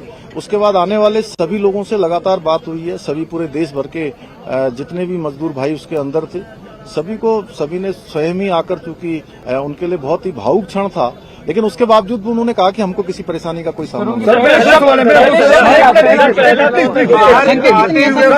मेरा सवाल है, उनको मैं बता रहा हूँ, उन्होंने ये कहा कि मैंने कहा आप लोगों को अंदर किसी प्रकार की कुछ चिंता तो नहीं हो रही थी। उन्होंने कहा नहीं, शुरू के दिनों में जरूर हमको चिंता हुई, लेकिन उसके बाद से जब आपसे बात हो गई, अन्य सभी लोगों से लगातार कम्युनिकेशन होने लगा, तो हमको पूरा भरोसा हो गया था कि आप लोग हमारी चिंता कर रहे हैं और हम अंदर नहीं रहेंगे, हम बाहर निकलेंगे। एक मिनट सर, सवाल ये है कि क्या आप जो रेस्क्यू करने गए हैं, नहीं वो अच्छा प्रश्न पूछा, मैं बता रहा हूँ। एक मिनट इन्होंने जो पूछा मैं बताता हूँ। देखिए ऐसा है, नहीं अरे पहले इन्होंने जो पूछा मैं बता रहा हूँ। देखिए ऐसा है, ये सब लोगों ने बैठ के तय किया था कि जो सबसे छोटे होंगे उनको सबसे पहले निकाला जाएगा और जो टीम लीडर हैं वो 5 लोग वो सबसे अंत में निकले हैं। तो ये हाँ, एज में और जो भी क्राइटेरिया बनाया गया था सर सबको निकाल लिया गया है, सबको निकाल जिस दिन देखिए ये 16 तारीख को जिस दिन ये अभियान तेजी से चल रहा था और लगभग 24 मीटर के आसपास पहुंच गया था, अचानक वाइब्रेशन तेज होने लगा और मशीन भी अंदर जाकर फंस गई। वो मोमेंट बहुत ही कठिन था और चूंकि उस दिन मैं एक कार्यक्रम के बाद मैं जैसे ही भोजन करने को जाने वाला था 3 साढ़े 3 बजे और मुझे जैसे सूचना मिली तो वो मुझे एकदम से बहुत बड़ा मुझे एक झटका जैसा लगा, लेकिन मेरा ईश्वर पर और बाबा बौखनाथ पर पूरा भरोसा था कि वो निश्चित रूप से सबका जीवन बचाएंगे, सबको सुरक्षित बाहर निकालेंगे और उनका आशीर्वाद पूछिए दो तमाम मजबूर अब आगे की प्रक्रिया क्या होगी? देखिए अभी उनको अस्पताल भेजा जाएगा, 24 घंटे के ऑब्जर्वेशन में रखा जाएगा और उनको घर भेजा जाएगा। देखिए ऐसा है कि अभी वो सारे के सारे एक लंबी चूंकि हवा पानी और एक अलग वातावरण से बाहर आए हैं तो अभी जो डॉक्टरों की सलाह होगी उसके आधार पर ही हम लोग काम करेंगे। उसके आधार पर उसके बाद उनको घर भेजना होगा या जो भी करना होगा, पहले मेडिकल सुपरविजन में उनको रखा जाएगा, उनकी मॉनिटरिंग की जाएगी, उसके बाद आगे की कार्रवाई। कोई क्रिटिकल तो नहीं है सर? नहीं, कोई क्रिटिकल नहीं, सारे सामान। एक मिनट इनको पूछने दो, उसके बाद आपके पास आ रहे हैं। सर वर्कफोर्स कितना था, कितने लोगों को लगाया हुआ था, खासतौर पर अगर ऑपरेशन की बात करें? कितना बड़ा magnitude in terms of number? In terms of देखिए, अब ये नंबर तो मैं आपको देख के बता दूंगा, लेकिन इसमें जिन जिन लोगों की भी आवश्यकता पड़ी और देश के अंदर और विदेशों में भी जो टेक्नोलॉजी और जो विशेषज्ञ इसके थे, हमने सभी से कंसल्ट किया था और जो सबसे अच्छा रेस्क्यू हो सकता था उस तरफ हम लोग बढ़े। हालांकि कठिनाई आई। एक मिनट बात कंप्लीट कर लेंगे। जी सर बोलिए।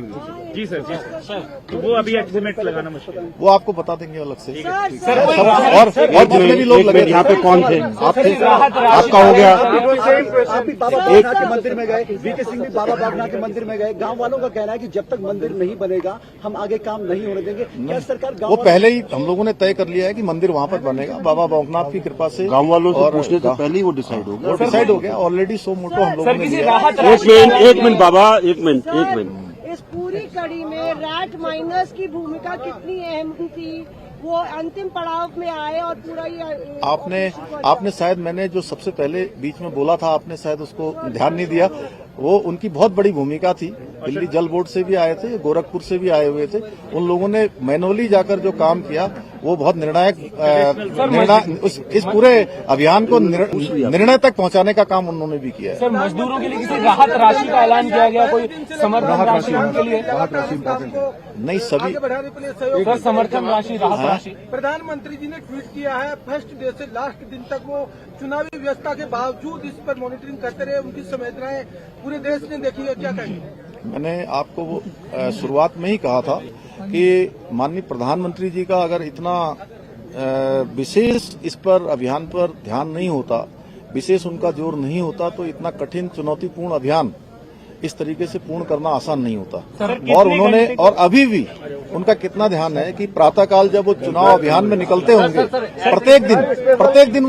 प्रत्येक दिन जानकारी लेते थे और किस प्रकार से रेस्क्यू अभियान को चलाना है उस प्रकार से करते थे। एक तरह से मैं उत्तराखंड का मुख्य सेवक हूँ, मुझे उन्होंने एक काम दिया हुआ था कि किसी भी तरीके से इस काम को सफलता की ओर ले जाना है। एक minute somebody else is there। हाँ, कोई और है? सर आपने कब ठाना कि मुझे यहाँ कैंप आपने कब ठाना कि मुझे यहाँ कैंप करना पड़ेगा और आपने लगातार कैंप किया? नहीं, मैं दीपावली के अगले दिन यहाँ आया था और उस दिन के बाद फिर मैं लगातार यहाँ आता रहा बीच में। और एक समय ऐसा आया कि अभियान हमारा बहुत तेजी से आगे बढ़ रहा था, फिर बीच में रुका। जब बीच में अभियान रुका तो उसके बाद मैंने तय किया कि जब तक ये अभियान पूरा नहीं होगा मैं सारा कामकाज यहीं पर रुककर करूंगा, कामकाज भी करूंगा और इस अभियान को भी पूरी तरह से देखूंगा। एक minute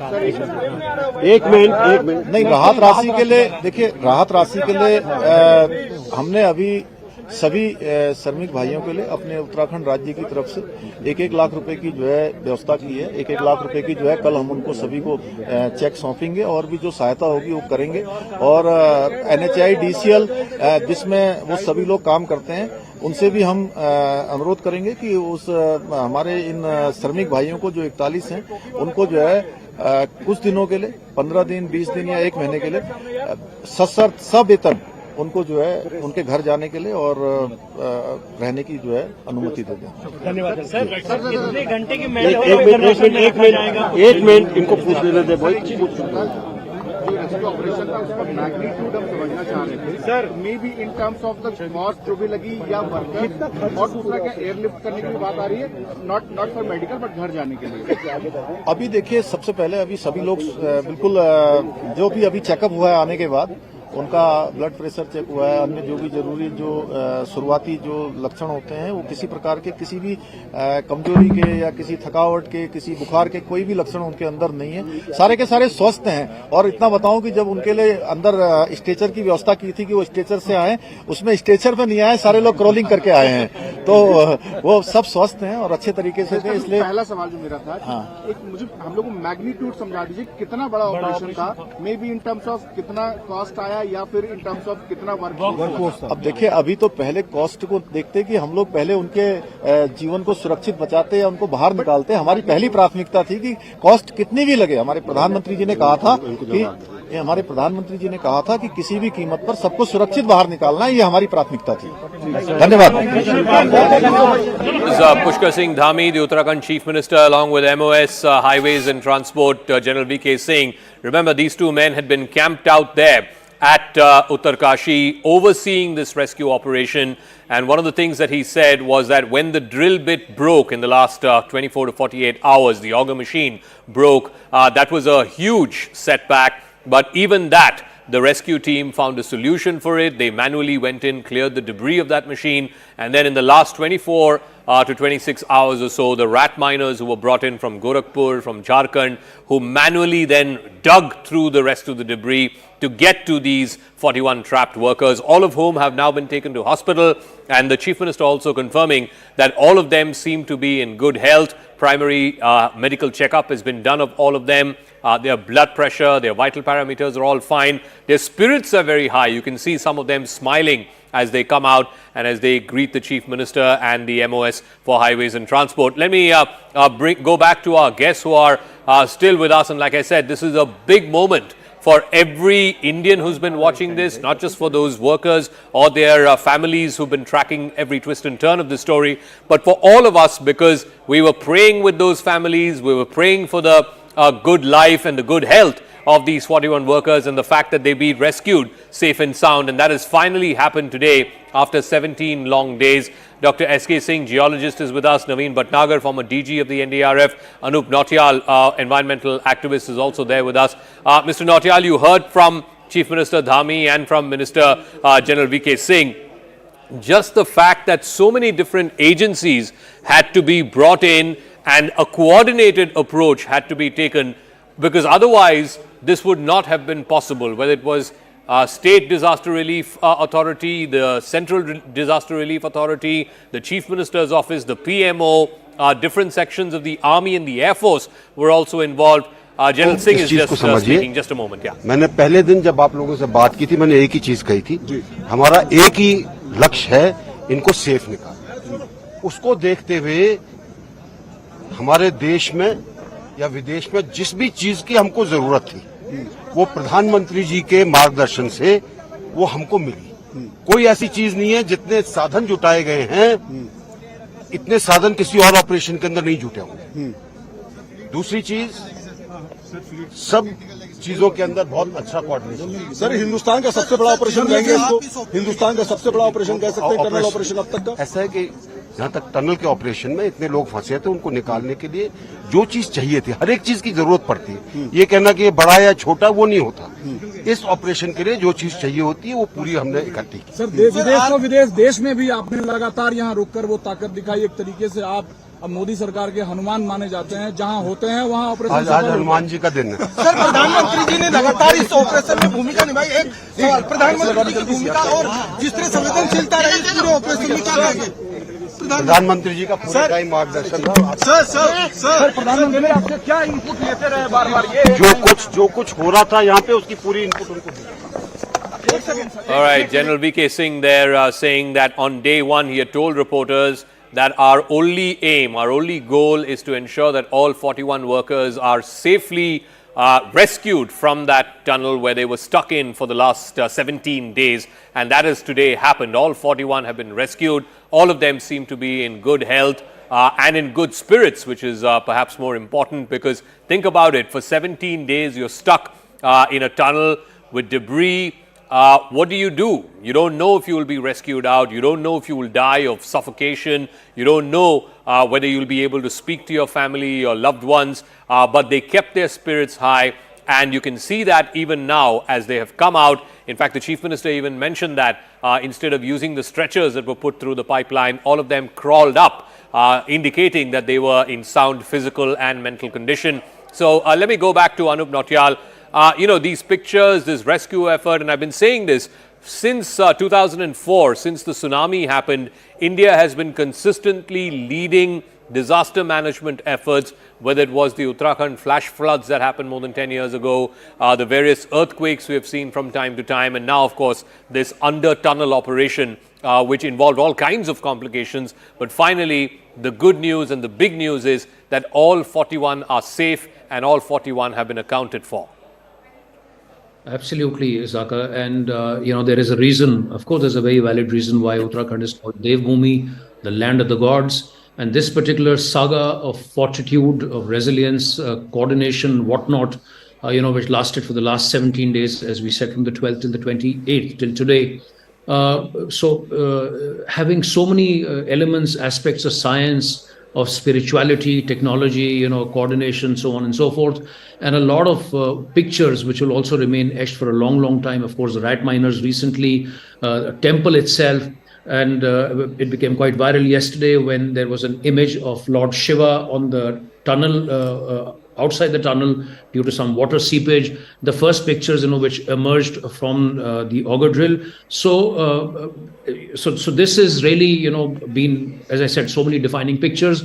But I think the question that you've also sort of hinted towards is after tsunami, and you mentioned about. So here I would like to make one at least key differentiation, that post tsunami, in very broad, general terms, if you look at states in our country like Odisha, for instance, which are surrounded by ocean. So the early warning system and so on and so forth has developed in a far more robust manner in the coastal areas of the country compared to the mountain areas or compared to the Indian Himalayan region. And here I have some very specific examples to share with you. And the most recent one is from last month in October, when the Tista Basin, where this horrendous glacial lake outburst flood, as you know, so many lives were lost. And once again, the early warning system did not work there.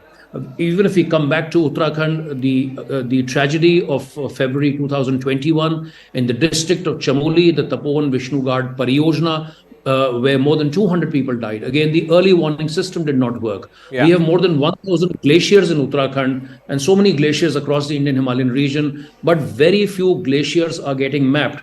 So net, just to summarize, there is a lot of pre-work. There's a lot of these early warning systems that need to be, let's say, established on ground, and a lot of hard work needs to be. So a lot of pieces need to come together. All right, just give me a moment, Mr. Nautiyal, because I also want to play out a phone interview which my colleague Manoj Gupta has done with the former advisor to the Prime Minister's office, Mr. Bhaskar Kulbe. He was also there every day of the last 17 days, monitoring the operations there. Like I said, there were various twists and turns. There was one obstacle after another, from encountering metal hurdles to the drill bit breaking, the auger machine drill breaking. All of that, the rescue team found solutions for. This is what Mr. Kulbe had to say, the first reaction from the former advisor to the PMO.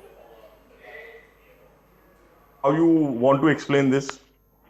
No, I would explain this as an achievement of all Indians who supported us throughout this mission, because there were challenges that at some point in time seemed insurmountable. But I'm sure that you will agree with me that these challenges could be overcome because of the resilience of the 41 persons who were trapped inside, because of their indomitable spirits, and because of the unfatigable support that the entire India gave to us. And sir, what is the health situation of all 41? Everyone is hale and hearty. Everyone is very happy, eager to go back to home and meet their relatives. And you were in constant touch with PMO. You have worked already with the Prime Minister's office. Yes, one has been in constant touch. That has been a part of my job. So it has been successfully done. I am happy. So PM is briefed about it, sir? PM has been briefed, yes. Okay, sir. Many thank you, sir. Thank you very much. Right, Mr. Bhaskar Kulbe, their former advisor to the Prime Minister's office, who was also there on point at site for the last 17 days, monitoring firsthand the rescue operations. Naveen Bhatnagar, former DIG of NDRF, is also joining us. what will be the lessons learnt, Mr. Bhatnagar? Because, there have been natural calamities, earthquakes and cyclones. Our previous guest, Mr. Nautiyal, talked about how in Odisha, because of these early warning systems, where in the 90s and 80s you used to have tens of hundreds of casualties to cyclones, in the last few years, you don't hear of such high number of casualties. In fact, the casualties are probably in single digits. But from an experience such as this, an under-tunnel operation where you had very limited space to put in pipelines, and those pipelines had to dig through, meters and meters of debris, what would be your top 2 or 3 lessons learned from these last 17 days? So it's a great lesson for our armed forces, and especially the NDRF and NDMA also, because it's a typical challenge. So we require the latest machines for this rescue operations, which were not there with us. Suppose we were having the latest robots with us, which can give us a quick and perfect rescue in this process of cutting down the debris and other things, and very quickly they can remove this mud and all these things from the pipe. So our manpower can be reduced by putting this robots. So second, I want that every labor who is working in this such type of environment, they are supposed to get the training of such type of incidents, how to rescue themselves. So as per NDMA Act and Policy 2009, subsection 10 and 11, it is clearly mentioned that everybody should be given this training on this rescue operation and disaster management, which they are not giving. They are not serious. So I can say, I'll request from all the authorities who are watching this show, I'll say that this training arrangement should be given to before putting the people there on the job. And third one, the audit. Audit is must for all the mines which are being placed in almost all the Indian plates, or the Indian especially Himalayan ridge. So audit is must, because there is a great challenge of disaster and earthquake.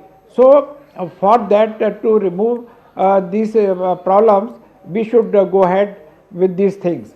I want to ask Mr. S.K. Singh as well, because, clearly when the dust settles on this, questions will be asked about the escape tunnel not being fully functional here. Even larger questions about having such massive infrastructure projects in ecologically sensitive zones like we're seeing in Uttarakashi. We saw, I think last year, there was this NTPC case, again, under construction tunnel, which got flooded in. The workers were trapped there. Again, from a larger ecology versus need for infrastructure debate, as it were, what should be the takeaways from this episode over the last 17 days? Yeah, the first thing is that all is well that ends well. ये जो पारंपरिक कहानी है वो अच्छी हुई. So all the hurdles which came in between, we must forget, and we remember that we have done well and everything is well at the end. Second thing, the so-called, I don't like that name, rat miners, they have done a very excellent job, and they have proved that knowledge doesn't need any degree. Even if you don't have any degree, their knowledge has really worked today. And I also tell you that some people are saying that why they were not called earlier. No, every agency and every work has been done in a very synchronized manner, in a very orderly manner, and that is the result of it, that we as Indians, all the agencies have worked together in a proper coordination without just like an army or a very disciplined family. So that is that part of it. So we must feel happy, and we have learned many things. We have become wiser, because in the world such a disaster has never happened, where the people were trapped and they were rescued after so many days. Probably it will go in the Guinness Book of World Records, and I tell you for good reasons, because everyone has come out, everyone is well, and the process we have applied has proved very, very good. Now we are Mr. coming to Nautiyal, this we thing have that seen in the past also, oil rig workers get stuck. There was this famous case that happened off the coast of Bombay High. There was, of course, this Thailand where in a mine, I think, again, a large number of workers were stuck.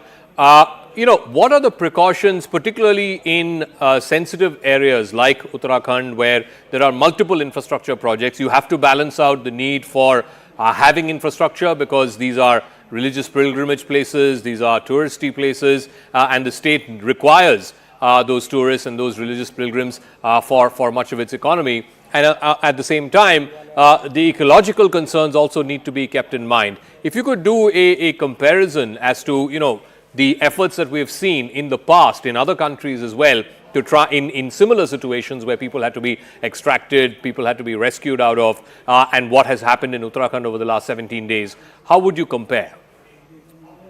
So Zaka, I think the larger question is that, because that's, so what you said, in fact, one or two, three different things in your statement. So I would like to more pick on this very critical issue for Uttarakhand, which is how does Uttarakhand really move ahead? And this has really been a taxing question for the state, for its people, for its government, and so on and so forth. That how does one really balance ecology and economy? And this has been a vexing question which no one has frankly been able to answer so far. So while there has been a lot of talk, we really don't have a solutions. Now, what has also happened as far as this particular question is concerned is the development trajectory that the state has taken.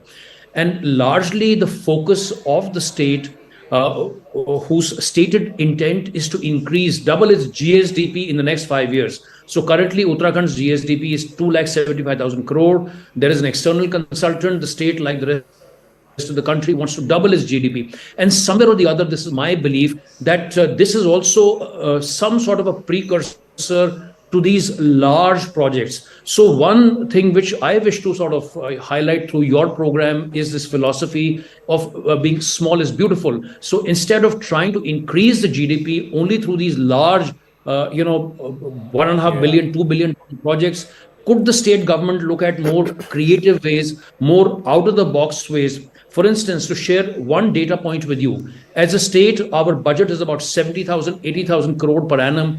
But the value of eco services on a conservative note that we are providing to the rest of the country and across the entire world is close to 95,000 crores per annum. And these are government figures. Is there a way to look at carbon credits? Is there a way to look at some other credits? So these are the kind of things that, Uttarakhand has not really seriously looked at that. Okay. We have a wonderful institution called One Panchayat. We have 12,000 One Panchayats in the state, 72%. So our area is 53,000, more than 50,000 square kilometers. More than 70% of the state is a forested state. So how can we look at maximizing our green resources to strengthen our economy is something to work on. The last thing that I wish to mention is, because you asked that question to Mr. Bhatnagar, my focus instead of managing the disaster would actually be on preventing the disaster. So, he has suggested 2 or 3 different ways in which disasters could be managed. I would personally advocate that we should really look at ways, how can we prevent, how can we not manage, but mitigate. And one of the ways to do that is seriously to relook at all the massive projects, which are on the anvil in Uttarakhand. One specific example, one local example is of Mussoorie, which everyone in the country knows. Now, the central government is talking about making a tunnel in Mussoorie. So that is something I think, is something. Frankly, it certainly is an occasion that calls for some kind of an evaluation of these large infrastructure projects, particularly in ecologically sensitive zones like Uttarakhand. I want to thank Mr. Singh, Mr. Bhatnagar, Mr. Nautiyal for joining us. I caught up with one of the key people who was behind this rescue effort, General Syed Atta Hasnain. Is a member of the National Disaster Management Authority. He was the points person, the liaison, if you will, who was giving daily briefings to the media about the twists and turns that were happening in this rescue operation. And there were many, there were plenty with these twists and turns. I spoke to him at length on what this 17-day operation, the 17-day ordeal meant for him and his team. This is my exclusive interview with General Syed Atta Hasnain. General Hasnain, first of all, many congratulations to you and your team. It's a fantastic job done. Like I said, an entire country was watching every move of the rescue operation here, and you had to face one obstacle after another. Just walk us through what the last 17 days have meant for you and your men. Firstly, Zaka, I think the congratulations is due to the nation and not to any of us individually. Right from the Prime Minister, he has led this entire thing. The Government of India, which has got its act together completely on this entire operation. I don't think any time I have seen the manner in which every department of Government of India has come together. So let me tell you, starting from the 12th of November, when the first news came in, I think it was the Prime Minister's Principal Secretary who took the first call on this and put across. He knew that some of the best people involved with infrastructure development are there in the Indian Railways, who've been involved with bridging, with tunneling and things like that. They were the ones the first access was made to. And thereafter, progressively, as advice kept coming in, more and more departments, more and more ministries came in. The Ministry of Road Transport and Highways has been obviously the core organization which has been deeply involved. The Secretary has been at the site for almost the entire time. The subsidiaries of the ministry themselves, the various authorities have been there, the NHAI being one of the main ones. Besides that, the Ministry of Home Affairs, the Cabinet Secretariat, of course, the NDMA, Ministry of Health, almost every department has come together, not to forget the state governments. Yeah. Who have all enabled these green corridors to be given for the movement of massive equipment from different parts of India through various roads leading up all the way to Uttarakhand. It's been a huge challenge. Without the Indian Air Force's effort, nothing could really have been achieved, because they were the ones who were always standby, moving all kinds of awkward equipment into this area. I think the presence of leadership, starting with the Prime Minister, who has been giving directions from moment to moment. He's not only been receiving a feedback, not only monitoring, but also giving directions. Along with him, the Prime Minister's office, the PMO, led by the Principal Secretary to the Prime Minister, who has taken it upon himself to physically visit the site, speak to the workers, take a full feedback of every option which was being exercised in this entire operation. All this has been done there. The Minister of State for Road Transport and Highways, General V.K. Singh, who's camped there. Now, his presence, for example, made all the difference, because decisions could be taken on the spot. And if additional resources were required, they could be whistled up. For example, the Magna cutter and the laser cutter, etc. At night, who would think of going to a particular agency and organizing its move of all that within the next 12 hours? All this was possible because the decision makers were at the right place, at the right time. The communications were very good. DOT, lots of things to the Department of Telecom for being able to strengthen the communications at the spot. It was very weak in the beginning, but subsequently built up. And then, of course, the NDRF, the Army engineers who have been there right through. And I think you cannot forget the rat miners. Very indiscreet kind of term, but look at the manner of risk that they are capable of taking. Going through this tunnel, going and doing the last 10 meters of tunneling with a manual effort, cutting, removing iron, steel implements in the middle, and then finally getting the breakthrough. So walk us through the challenges effort, Zaka, that I'll be the last word I will say is for the media. Sure. This effort would not have been possible without the media putting across the right picture, the right story, the right expectation to the people of India. It was not unrealistic at any stage. General Hasnain, could you walk us through the various obstacles that you had to face, this rescue effort had to face over the last 2 weeks, whether it was encountering metal obstacles for which special plasma cutters had to be brought in, and then of course, like you said, over the last 26-30 hours or so, you had got to a point where, because the auger had broken and it had to be manually cleared out, and then the last 10 meters or so had to be manually dug in. Just walk us through the various obstacles that you and your team faced and how you overcame that in the last 2 weeks. See, Rakam, what was happening was that in the beginning, perhaps, people were having unrealistic expectations that this mission, this operation is going to get over in a jiffy. Slowly, I think it was through the efforts of the higher leadership that it was made evident to people that this was for the long haul. And that's where the media came in very, very handy. Second thing was a very fine decision taken that we will use multiple options, bring in simultaneity into the whole operation. Now, it's easier said than done. For example, if you go to do top drilling, you got to have a road to be able to take the drills on top. The BRO came in and immediately started doing this. Similarly, there were many others who were involved in these kind of preparatory efforts to make sure that the equipment came at the right place. When everything was, when the first option started getting exercised through the horizontal drilling probe which was taking place on the Silkyara side, everyone was very hopeful. In fact, in the beginning, there were unexpected, unrealistic expectations that we will break through on this first day itself. But subsequently, we realized that the auger had its limitations. And then came the problem that we really didn't have any other options to go horizontally. Someone then obviously thought about this kind of a thing, how to first of all get the auger out. That was the biggest technical obstacle in our way. Getting the magna cutters and plasma cutters, etc. An effort was made in, the technicians went in, brought us all these things out.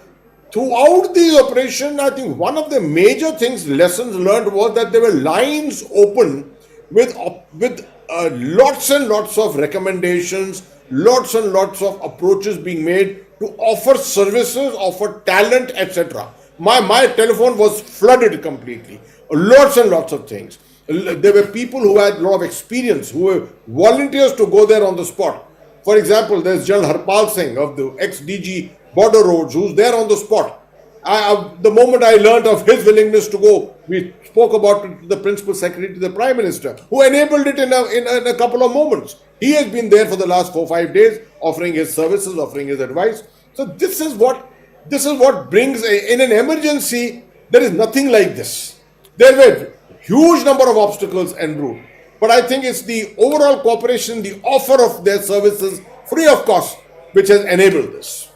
General Hussain, there used to be a time not so long ago where it was said that in India life is cheap. But this episode over the last 17 days has illustrated that when the system wants to and it puts its mind to, then it can go to any length to save even one single life. Experts were brought in from Australia, from America, micro-tunneling experts, and like you said, the last 10 meters was dug through with hand. So, just the lessons learned from this complex operation over the last 2 weeks plus, what would that be in your mind, top of mind?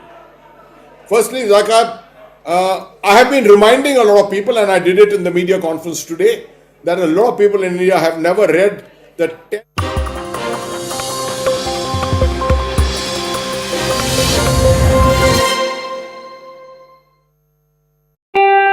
not deliver the job. Rat miners were called in. I'm going to cut across to my colleague Anshul. The summer movement happening on the ground right now. Anshul, what exactly is happening? So yes, the makeshift hospital that was made over here, things from that hospital is being loaded into this ambulances, and this ambulance will go right inside the tunnel at the exact spot from where these people will come out, and the initial first aid or whatever they require will be given to them. Things like mask would be provided to them at that very juncture. Shades, glasses would be given to them, because over the last 17 days they have no exposure to any sort of sunlight, and hence suddenly coming out of the tunnel might have some impact on their health, on their eyes as well, and that is the reason why everything is being prepared. The kind of air that they were breathing in, that was almost, there was not much dust inside is what we are being told, but since they would be stepping out on the construction site, there would be a lot of dust as well. So masks would be given to them. Not only this, but also warm clothes will be given to them, because the temperature inside the tunnel is somewhere around the 22 to 28 degree Celsius mark, and once they come out, they will have to face this cold temperature of 10 to 11 degrees Celsius out here, and hence warm clothes are being taken inside at this point in time. So yes, everything is on the being prepared. As I was saying, the ground work that we were hoping to see, that ground work has started. The family members have been asked to pack their bags. The family members have been asked to put the clothes of the workers in their bags and get ready, because at any point in time we are going to break this news to our viewers that crucial breakthrough has happened, Anusha. Well, Anshul, you have diligently and patiently reported on this entire operation, and I'm sure the last few moments would be worth it, keeping in mind that hopefully all the workers will be rescued safely. Every person involved in this operation, multiple agencies that have been involved, have done a wonderful job. The last few minutes, the last few hours, that's the defining moment. Our focus here on CNN News 18. Anshul, let's also talk about the standard operating procedure that will be followed once these workers are rescued. Let's also talk about the fact that how through this pipe they will be rescued on those stretchers. And even while you're pulling those stretchers out of that pipe, one has to be really careful, cautious and patient. So yes, patience is the key over here. Yes, a lot of hard work has gone into this entire operation over the last 17 days, and hence it is actually very, very important that they maintain the patience and do not get excited at the last moment. And that is something that these experts are prepared for at this point in time. You can see that how this work is happening, and as you rightly mentioned, the stretchers that would be taken inside, these stretchers would be pulled out in a very, very controlled manner, making sure that these people who are safe for the last 17 days do not get injured in the process while they are being pulled out. And hence we saw those mattresses being taken inside, the stretchers being taken inside. So basically on those stretchers these mattresses would be put, and then the wheels that have been attached to the stretcher, then they will be pulled out in a slow and steady manner. The approximate time for each person to come out is somewhere between the 2 minute to the 3 minute mark, and hence we are expecting that each and every 41 of them will be taken out in 2 hours once this entire breakthrough is made. So yes, that story is not very far, that news is not very far. It is slowly becoming a reality, what we were hoping to see for the last 17 days. And within the next few hours, this entire rescue operation would come to a halt. Remember, there were a lot of ups and downs. The hopes were raised, hopes came crashing down, problems after problems, solutions after solutions, new problems, new solutions, everything has been seen in this entire operation over the last 17 days. Now today, finally, we are hoping that for the thing that all the entire team was working for, approximately 1,000 workers from 15 different organizations, several experts from across the globe roped in, all working in tandem, making sure that these people are taken out safely, and hopefully that mission will come to an end within the next few hours. The breakthrough will happen within the next few minutes is what we are being told at this point in time. So yes, just the last few meters to go. The countdown has begun, and the visuals that you are seeing on your screens right now is of the NDRF team that has now been called inside. They are taking these beds that they have made. These are the stretchers that they have made, and it has been taken inside now. Finally, after the wait of 17 days, the SDRF and NDRF have sprung into action. The makeshift stairs that they had made, which needs to be taken from inside the tunnel so that people could actually climb on that and then get inside the pipe. Everything is in readiness. Just the last few meters to go. 55.3 meters have been reached. 57 is the breakthrough point. Remember the last time the food pipe that was sent, that was of 57 meters, and now 53 meters have 55.3 meters have been reached. The ambulances have now started going in as well. The ambulances are slowly now going in as well. We are getting these visuals to you. We are getting these visuals to you of how the entire operation is almost in its last stages at this. So what we are being told at this point in time, that the pipe has almost reached the breakthrough point. The pipe has almost reached the breakthrough point. This is what we can tell to our viewers. And within just the next few minutes, we are expecting that breakthrough will happen now. Everything is in readiness. The ambulance have reached over here. The SDRF teams are inside. The NDRF is on standby. Everything is now over. The last few minutes that we are waiting for. The last few minutes we are waiting for. In fact, the pipe has...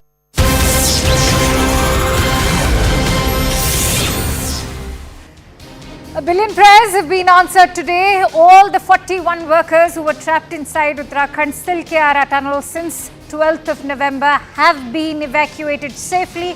The rescued workers were greeted by Uttarakhand's Chief Minister Pushkar Singh Dhami and Union Minister VK Singh. Now, all the rescued workers have been taken directly to the hospital where their necessary health checkups have also been done, and by God's grace they've all been declared safe, and it's being said that their conditions remain intact. Remember, it was roughly around 8 p.m. today that all those 41 workers, after 800 hours of being stuck inside that Silkyara barcode tunnel which caved in on 12th of November, that was Diwali, remember, were rescued today at roughly 7:05 p.m. as has been shared by the PMO earlier as well. Those are the visuals on the left side of your screen which show the Chief Minister of Uttarakhand, Pushkar Singh Dhami, garlanding all those rescued workers, the 41 trapped. The first one was roughly rescued between 7:05 and 8 p.m. today, and soon those ambulances that were parked outside the tunnel ferried them to the local hospital where they were all declared safe and sound. And remember, it's been a multi-pronged effort by more than 5 agencies, including the NDRF, the SDRA agencies, as far as even the Prime Minister's office have been very closely monitoring this entire rescue operation. Even the Indian Air Force was on standby. For more details, we'll be bringing you ground reports, but as of now, let's also bring you the reactions that have poured in. 16 दिनों से भी लगातार अंदर संघर्ष कर रहे थे और पूरा देश उनके लिए बाहर संघर्ष कर रहा था। इस पूरे अभियान में लगे हुए सभी कर्मचारियों को, सभी कार्मिकों को, सभी विशेषज्ञों को, सभी हमारे वैज्ञानिकों को, सभी भारत सरकार की संस्थाओं को और एक एक व्यक्ति, हमारा एक एक व्यक्ति जो मीडिया से भी थे, उन समेत मैं सबका धन्यवाद करता हूं। हमारे प्रधानमंत्री आदरणीय मोदी जी लगातार इस रेस्क्यू अभियान की हमसे, सभी लोगों से लगातार जानकारी करते थे। मैंने पहले दिन जब आप लोगों से बात की थी, मैंने एक ही चीज कही थी, हमारा एक ही लक्ष्य है, इनको सेफ निकालना। उसको देखते हुए हमारे देश में या विदेश में जिस भी चीज की हमको जरूरत थी, वो प्रधानमंत्री जी के मार्गदर्शन से वो हमको मिली। कोई ऐसी चीज नहीं है, जितने साधन जुटाए गए हैं, इतने साधन किसी और ऑपरेशन के अंदर नहीं जुटे होंगे। दूसरी चीज, सब चीजों के अंदर बहुत अच्छा कोऑर्डिनेशन है। टनल के ऑपरेशन में इतने लोग फंसे थे, उनको निकालने के लिए जो चीज चाहिए थी, हर एक चीज की जरूरत पड़ती है। ये कहना कि ये बड़ा या छोटा वो नहीं होता। इस ऑपरेशन के लिए जो चीज चाहिए होती है वो पूरी हमने इकट्ठी की। All right, let's quickly go across to our guests in terms of to gauge an understanding of how complicated and complex this entire rescue operation has been. And for that, let me introduce my guests today. I'm joined in by retired Colonel S. Dinny, who's an army veteran, also joined in by Vimlendu Jha, who's an environmentalist. Many thanks to you both, gentlemen. Now, Colonel, if I could begin with you, many setbacks later and 400 hours of struggle inside that tunnel for all those trapped workers, should today's moment be about focusing on those setbacks or that celebration of the success that all of India is celebrating today? I think, ma'am, absolutely this is a day of celebrations because 41 precious lives have been saved today. And it has been saved through the collective efforts of many agencies, many people who have been directly or indirectly involved in this operation. So definitely today is a day of celebrations. I think it's a wonderful moment because in India there is a general sense that there is no value for life, but I think today that kind of thing has been overcome, and we see a live example of how the entire might of the country has been placed to save 41 people. I think that's a very interesting point that you've made. Vimlendu Jha, if I could bring you in on that point that Colonel Dinny has just made, that today is also about valuing life, because remember, even when we talk about Prime Minister's agenda when it comes to disaster rescue efforts, he's always gone on record to say that, we must always prioritize the lives of the poor, the women and the children, something that we've witnessed today. I think it's very important for us to know that this disaster happened because of the Prime Minister's pet project. So therefore, to say that, well, it's a great day for India, why were these 41 people trapped? These 41 people were trapped because of the pet project of the Prime Minister in a Himalayan region, an ecologically fragile region without any environmental clearance. So, to really glad that these 41 people have been saved and really congratulate everyone who worked towards it. But reality is that this disaster was man-made, was government-made.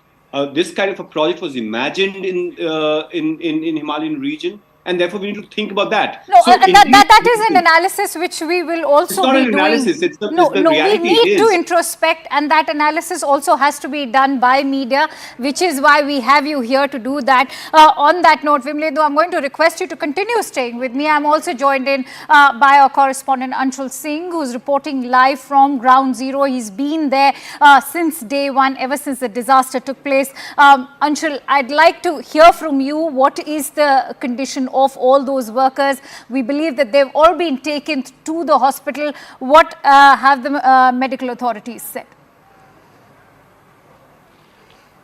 So yes, just a few moments ago, all these workers have started to reach the hospital in Chinalisop, which was approximately 30 kilometers away from the spot. But yes, a big day, a day of relief for each and every person, especially for the family members who are out here in this biting cold and were trying to figure out as to what is the future of their loved ones going to be. Also a big day for the rescuers who were working 24/7 round the clock for the last 17 days, making new plans. A lot of issues came up, a lot of obstructions came up. Each time a new plan was made, new obstructions came up, then new ways were found out to get around that, and then yet again new obstructions came up. Finally, after 17 days, we can finally say that the operations has been absolutely successful. Everything has fallen into place on the 17th day of this operation. All the family members who had collected over here, they are now with their loved ones in the hospital, and they would be kept over there over the next 24 to 36 hours. All right. And post that, they would be airlifted and would be taken to their homes as well. So yes, a big day, a day that would be written in history as well. And yes, history definitely has been created by all the people who had worked here for the last 17 days relentlessly, making sure that all these workers are taken out with safety and care. And that operation, that mission has absolutely been successful. Arshil, we also saw that press conference being addressed by Chief Minister Pushkar Singh Dhami and General VK Singh as well, where a compensation's also been assured by the government. What has the government said now? What are the assurances being given to all those workers now? So yes, the government has announced a compensation of rupees 1 lakh for each of these people who were stuck over here.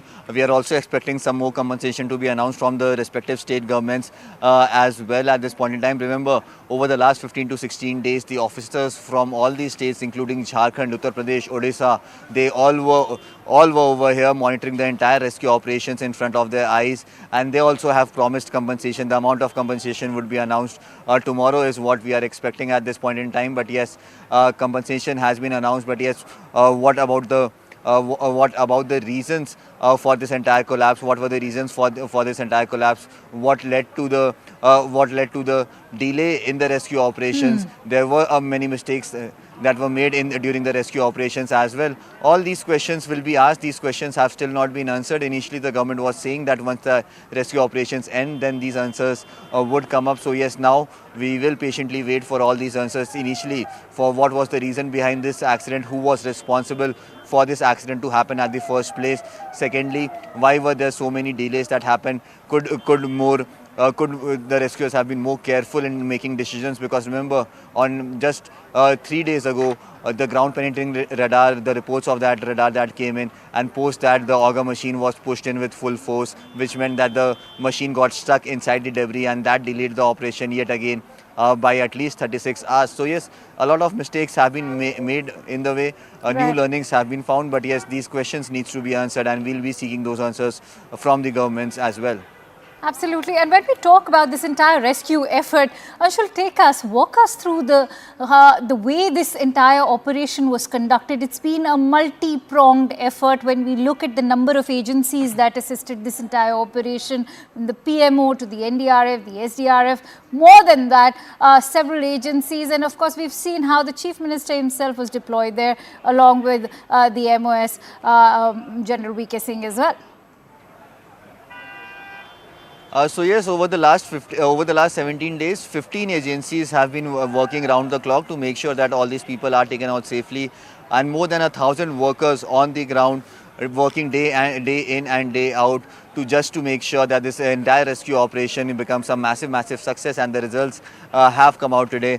If you talk about the kind of problems that had come up in this entire operation. Remember, initially when the debris fell, the length amount of debris was only 20 meters. Post that, earth movers were used to remove that debris, and that was one of the biggest mistakes, because from 20 meters the debris increased to almost 50 meters. Then a small auger machine was called in. That auger machine, as soon as it started operating, it broke down. More debris fell. The amount of debris then increased to 60 meters, and post that, the state-of-the-art American auger machine was brought in. 22 meters they were able to successfully dig through 22 meters in almost 24 hours. Then yet again that machine broke through, some more debris fell, and then eventually the structuring of this entire tunnel happened. And then after almost 2 days the work had stopped. After almost 2 days the new auger machine was called in, and then yet again the work started. The rescuers reached the mark of 45 meters, where they thought that the next 5 to 6 meters is going to be an easy walk, and hence they went ahead and pushed the auger machine with full force, which yet again meant that the auger machine got stuck inside the debris, and it took almost 3 days for that auger machine to be cleared. So yes, all these challenges came up. A lot of plans were made, but yes, if I remember it correctly, on the 5th day, the PMO officials from the PMO came over here, and post that, what I actually observed was that there was a better coordination that was amongst all these companies, and that coordination eventually led to this rescue operation being successful. So yes, a lot of agencies, a lot of people at work, working 24/7 in tandem, making sure that all these people are taken out with safety, and that is something that has bore the fruit today. And yes, the celebrations are on today. It seemed like Diwali out here in Silkyara, because this incident happened in Silkyara on the morning of Diwali, and hence the people over here did not celebrate that festival. The villagers of this village did not celebrate that festival, and now today finally they were in festive mode. There were crackers, there were fireworks that happened over here, and finally massive success and a big relief for the entire country. It certainly is a moment of massive relief for the entire country. You know, all of the nation has been very avidly following this entire rescue operation. Many thanks to you, Anshul, for bringing in all those updates and for so relentlessly reporting for us with those minor details as well. On that note, Colonel Denny, if I could bring you in, as far as rescue efforts are concerned, let's right now for a moment focus on these rescue efforts. I'd like to take a cue from what Anshul was telling us. He's very rightly highlighted all those obstacles that have been taking place. In all the discussions that have been taking place in the last 2 hours, what stands out is how, as far as our own disaster relief capabilities are concerned, they need to be worked upon. And as Vimlendu Jha was also talking about, you know, today, while it is a moment of celebration, it's also a moment of great introspection for the entire country as well. I'd like you to focus on these disaster relief efforts right now as far as the country is concerned, and where are we lacking, especially when it comes to these fragile ecological terrains. Ma'am, there are two issues here. First and foremost, see, there is a time and space for discussion of, you know, this decade-old debate of environment versus development. So that kind of debate is on, I think, for a very long time, and rightly so. But today, at this moment, I think we are just focusing on those lives of those 41 people and also their families. Just spare a thought for those people who have been out.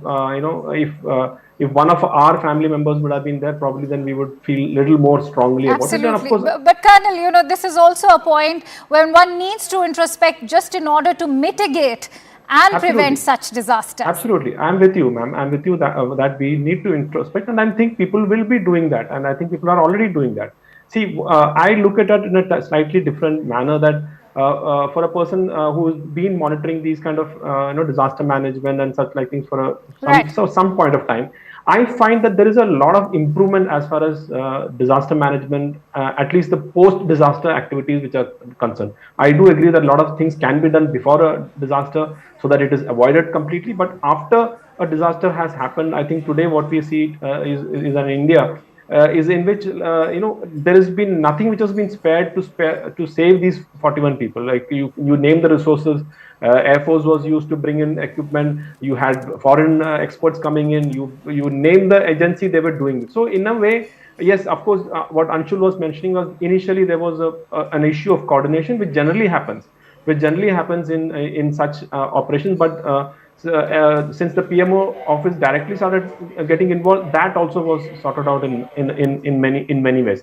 But one more thing which I would like to highlight is that no matter which kind of operations it is in disaster, whenever you plan for an operation, it is bound to face some obstacles which we in the military call as contingencies. The moment you plan something, the planning is out the moment the operation starts. So what you actually face is contingency. So then you start working on the contingency. So it is not willful mistakes, but it is more of things which are unforeseen. Right. Learning from the setbacks that we've seen. On that note, Vimlendu Jha, if I could bring you in on this aspect, because remember earlier during the day we were also hearing what Lieutenant General Hasnain had to say. He said that learning from this entire disaster operation and achieving and perhaps carry those learnings on so that we can only get better as far as disaster rescue management is concerned is also a key takeaway from today's highly complex operation.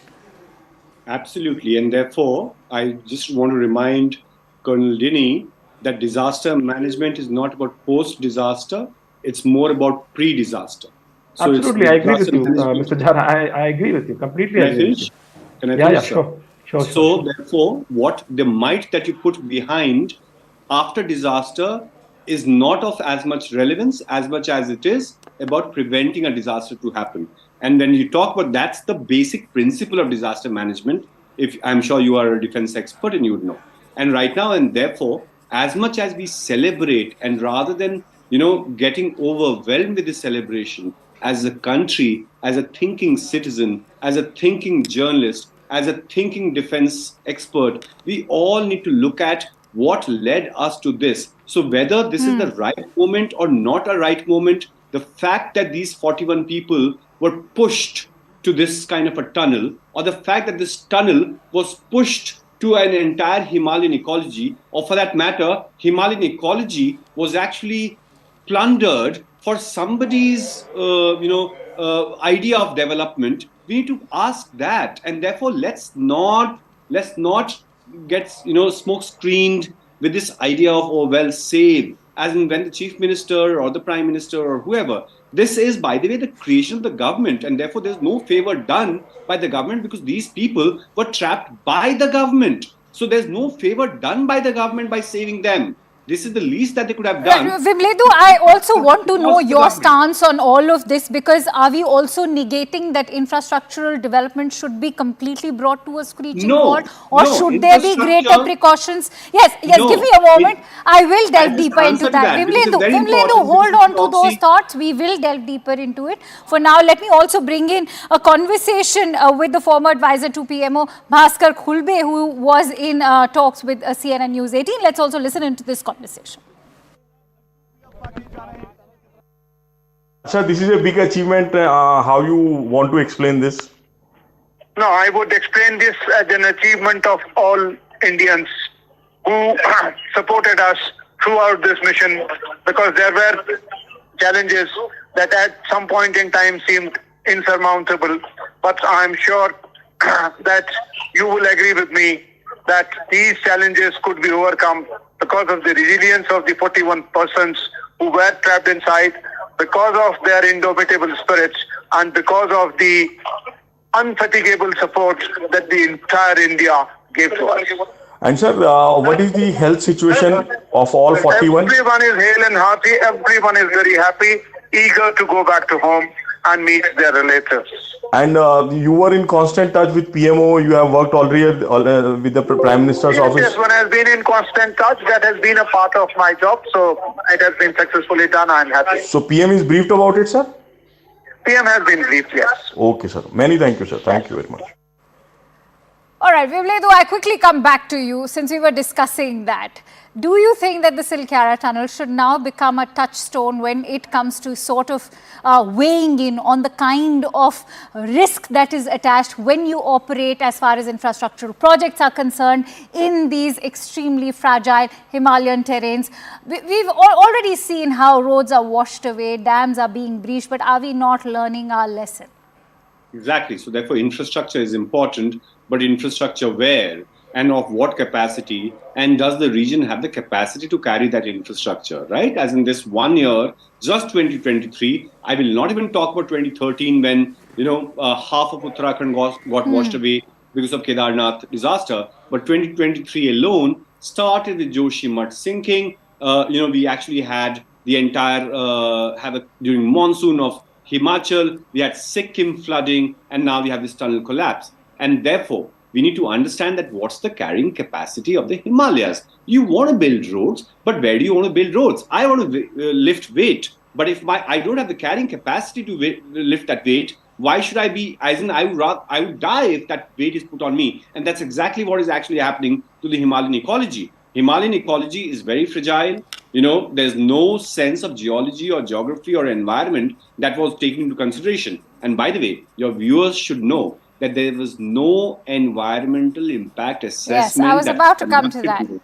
Right? It wasn't done. Why? Because the government broke this 900-kilometer project into 53 small projects to trespass, side pass, short circuit the environmental laws of our country. So laws are made, but because of crony governance or because of jaundiced understanding of infrastructure. I mean, it would be unfair to just, make this about the government at the center, because let's not forget. This was the government. This was the government project. The project was also approved by the Supreme Court. And I'm talking about this Char Dham. No. It has been. That's not bad. That's not bad for the government. This was the government. Nobody's batting for the government, because here we are also talking about the apex court, the judiciary's role as well. That both. I should inform you, because perhaps I would know a little more than you about this project.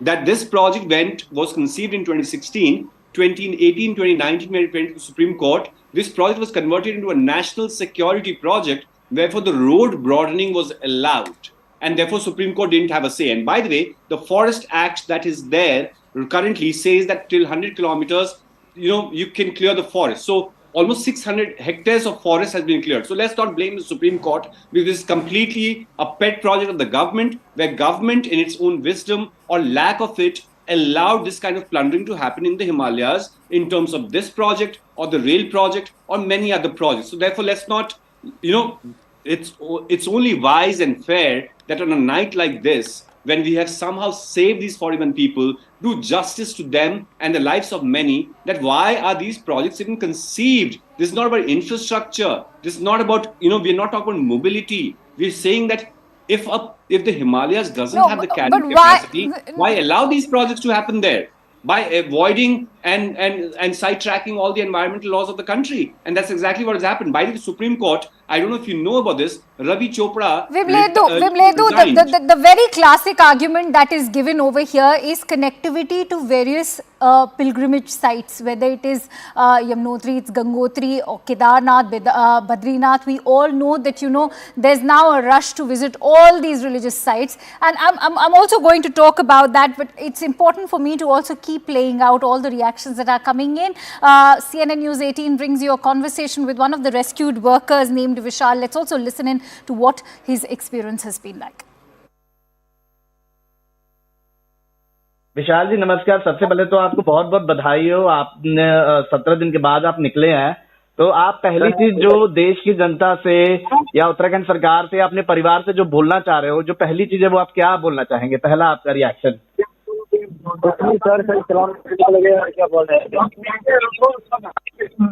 तो 17 दिन जो आप लोग अंदर थे विशाल जी, आप लोग ने किस तरह से वो 17 दिन बिताए? कुछ अपने एक्सपीरियंस आप शेयर करना चाहेंगे? पुलिस भी सर 17 दिन निकाले सर, बढ़िया सब जितने भी हम भाई थे 41 सब मिल के थे। तो सर पता नहीं लगा कब टाइम निकल गया, क्या बोलते हैं। अभी आप 17 दिन बाद निकले हैं, तो अभी आप कैसा महसूस कर रहे हैं? मतलब अंदर से आप किस तरह का आप फील कर रहे हैं अभी? सर खुला महसूस कर रहे हैं, अंदर थोड़ा बंद था ना सर, अब बाहर खुला महसूस कर रहे हैं।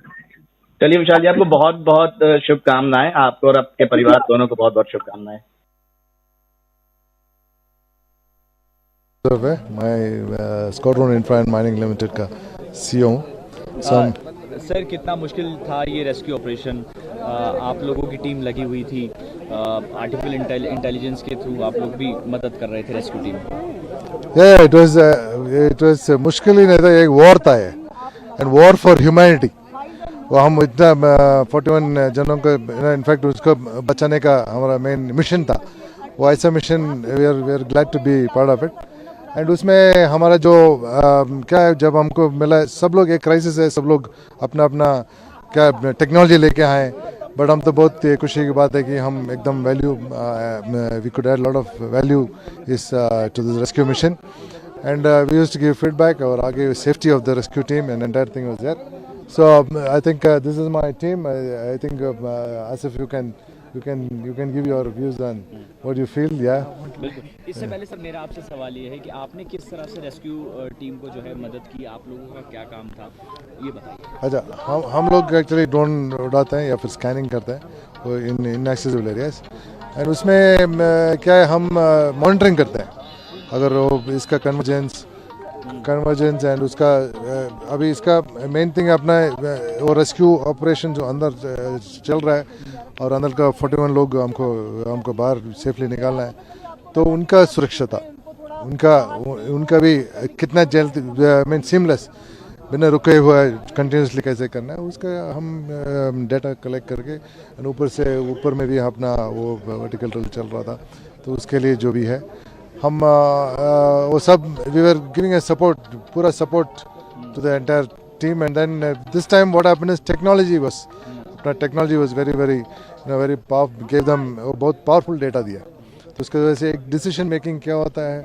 इन्फॉर्म्ड रहता है। It is not unlike earlier, but that's something which this entire mission that we were, हम लोग उसमें भाग लेने में बहुत खुशी की बात था। सर कहीं ना कहीं ये यादगार रेस्क्यू ऑपरेशन सारी जिंदगी याद रहेगा, और कहीं ना कहीं पूरे वर्ल्ड की नज़र थी, वर्ल्ड की नज़र थी, और अपना ये मोमेंट एक खुशी की बात, एक तो सेलिब्रेशन की मोमेंट है, एंड 7-8 दिन से हम इधर रहे, बट वो मेहनत आज हमको बहुत आसान, मतलब खुशी की बात है, वो मेहनत अभी खुशी की बात है, वो जो कठिन था अभी मीठे की बात है।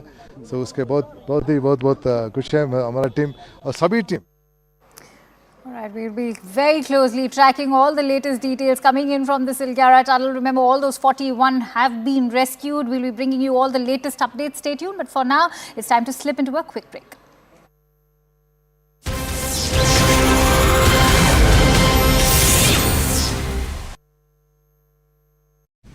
Breakthrough point, and within the next few minutes that breakthrough is going to happen within the next few minutes itself. So yes, you can imagine how crucial these next few minutes are. Everything is in readiness, the teams are going in. You can also see these SDRF and NDRF teams, these are in white collars, white dresses, they have also started going inside now.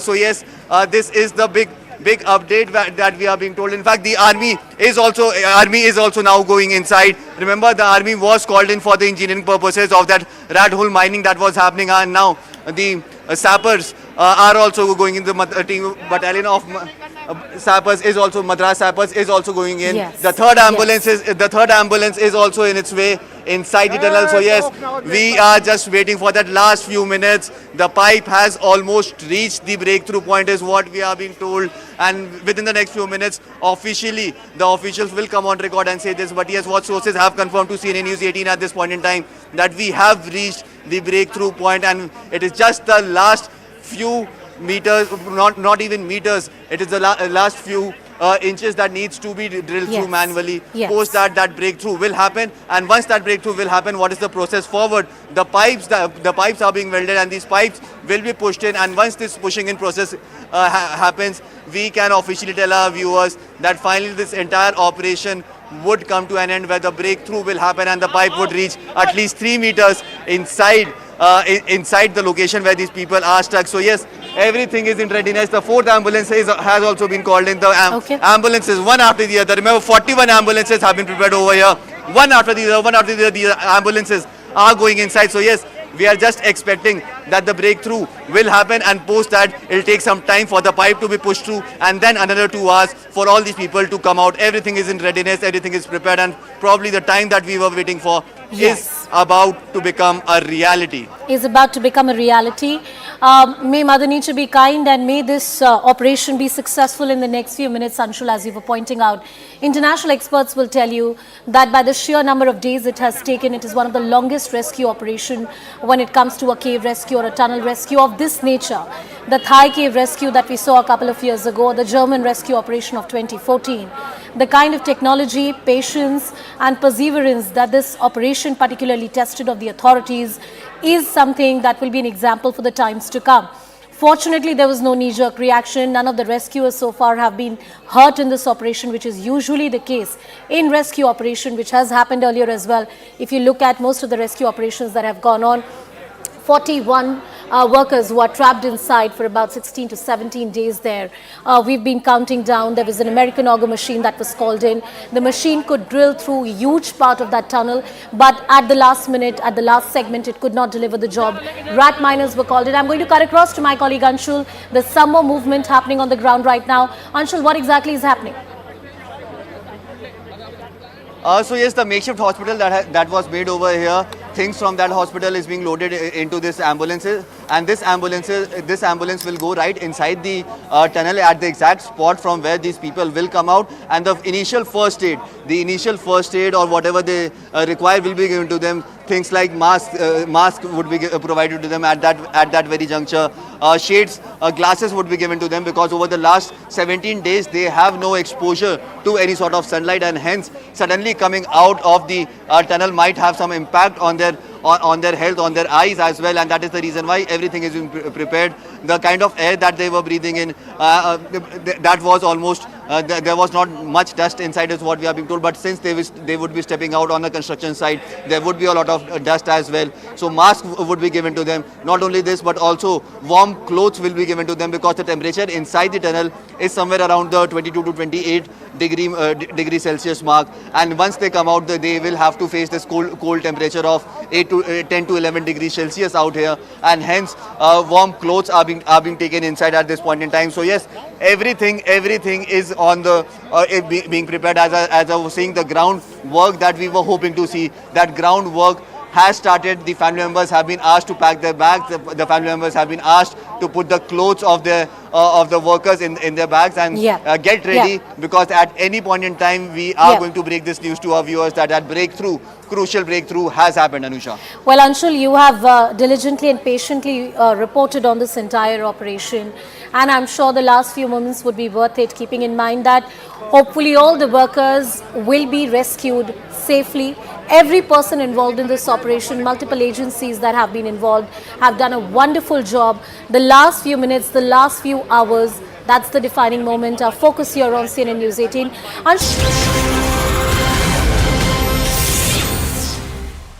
Welcome back. Remember, CNN News 18 has been tracking a minute-by-minute report as far as the Silkyara tunnel rescue effort is concerned. All the 41 workers who were trapped inside the tunnel after 400 hours and more than a fortnight have finally been rescued at roughly around 8 p.m. Local time. This has been a rescue effort that has gone on beyond 14 days. Remember, it was on the 12th of November, on the night of Diwali, that a part of the Silkyara tunnel caved in, and which is when all those 41 laborers were trapped. And today, in a moment which is now being celebrated, on those all those visuals go on to indicate how those 41 trapped workers finally, when they were rescued, were welcomed by Chief Minister Pushkar Singh Dhami as he garlanded all of them. Those laddus also were distributed. It has been a celebratory moment for all those agencies that accompanied this entire rescue effort. Remember, close to 15 disaster relief agencies were part of this entire massive rescue effort, along with the PMO, even the Indian Air Force that assisted these rescue efforts. And during the press conference, which was addressed by Chief Minister Pushkar Singh Dhami along with MOS General VK Singh. They went on to declare that they will also be given a compensation worth ₹1 lakh and perhaps also approach various state governments to compensate those labourers who have been rescued.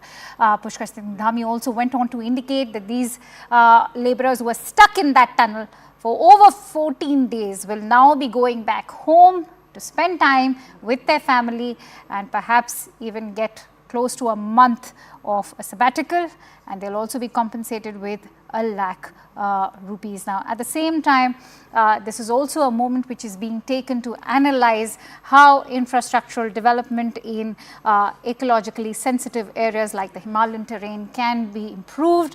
But for now, today is also a moment that people all the way from Kashmir to Kanyakumari have been closely following this entire rescue operation, each and every twist and turn of this rescue operation very, very closely. Day in and day out, all those workers burnt the midnight oil, those rescue workers who actually went on to finally rescue them were actually rat hole miners. Also goes on to indicate how rat hole miners have now eventually played a very important role. Remember, rat hole mining was in fact banned in the year 2014 by the government of India, but now today it is these manual drillers who have finally come to the rescue of those 41 trapped workers, because remember, the last 10 to 12 meters as far as this entire rescue operation is concerned was drilled manually. The remaining sort of 45 to 50 meters were in fact dug through with the help of the American auger machine. There were also plasma cutters that were brought in, because remember, a host of challenges were part of this entire complex rescue operation that took place. It's also being touted as one of the most complicated rescue operations in the world, not just in the country. But today has been a moment of success for all those teams and agencies that were part of this rescue operation, because after more than a fortnight, these labourers were stuck in the Silkyara tunnel were finally rescued. There was a 6-point plan that was being followed, and finally these manual drillers were brought in as the last straw to the hat, because remember, most of those points as far as this entire plan was concerned were failing. But after a series of setbacks, when the plasma cutters failed to in fact set that debris out of the auger machine. The auger machine was also sort of choking, but finally it was the manual drillers who helped the entire NDRF and the SDRF teams to reach that final destination, that final milestone of rescuing those labourers. And with that, let me also bring you some reactions that have come in. 16 दिनों से भी लगातार अंदर संघर्ष कर रहे थे और पूरा देश उनके लिए बाहर संघर्ष कर रहा था। इस पूरे अभियान में लगे हुए सभी कर्मचारियों को, सभी कार्मिकों को, सभी विशेषज्ञों को, सभी हमारे वैज्ञानिकों को, सभी भारत सरकार की संस्थाओं को और एक एक व्यक्ति, हमारा एक एक व्यक्ति जो मीडिया से भी थे, उन समेत मैं सबका धन्यवाद करता हूं। हमारे प्रधानमंत्री आदरणीय मोदी जी लगातार इस रेस्क्यू अभियान की हमसे सभी लोगों से लगातार जानकारी करते थे। मैंने पहले दिन जब आप लोगों से बात की थी, मैंने एक ही चीज कही थी, हमारा एक ही लक्ष्य है, इनको सेफ निकालना। उसको देखते हुए हमारे देश में या विदेश में जिस भी चीज की हमको जरूरत थी, वो प्रधानमंत्री जी के मार्गदर्शन से वो हमको मिली। कोई ऐसी चीज नहीं है, जितने साधन जुटाए गए हैं, इतने साधन किसी और ऑपरेशन के अंदर नहीं जुटे होंगे। दूसरी चीज, सब चीजों के अंदर बहुत अच्छा कोऑर्डिनेशन है। टनल के ऑपरेशन में इतने लोग फंसे थे, उनको निकालने के लिए जो चीज चाहिए थी, हर एक चीज की जरूरत पड़ती है। ये कहना कि ये बड़ा या छोटा वो नहीं होता। इस ऑपरेशन के लिए जो चीज चाहिए होती है वो पूरी हमने इकट्ठी की। मुझे बहुत खुशी है कि सिल्कियारा टनल के हादसे के कारण जो 41 मजदूर फंसे हुए थे वो बाहर निकले और उनकी जान बची है।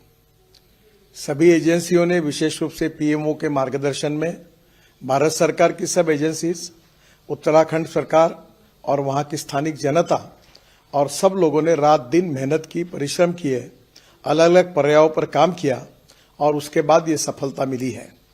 ये बहुत गहरा संकट था, पहली बार इस प्रकार का अनुभव आया। इन लोगों की जान बची, उन लोगों को मैं बहुत बहुत शुभकामनाएं, शुभेच्छाएं देता हूं। और इसमें जान बचाने में जिन जिन भारत सरकार की एजेंसियों ने और राज्य सरकार के एजेंसियों ने और सभी हमारे इंजीनियर्स थे, रात दिन अपने जोखिम लेकर जो काम किया है, उन सबको भी बहुत बहुत धन्यवाद देता हूं, उनके आभार व्यक्त करता हूं।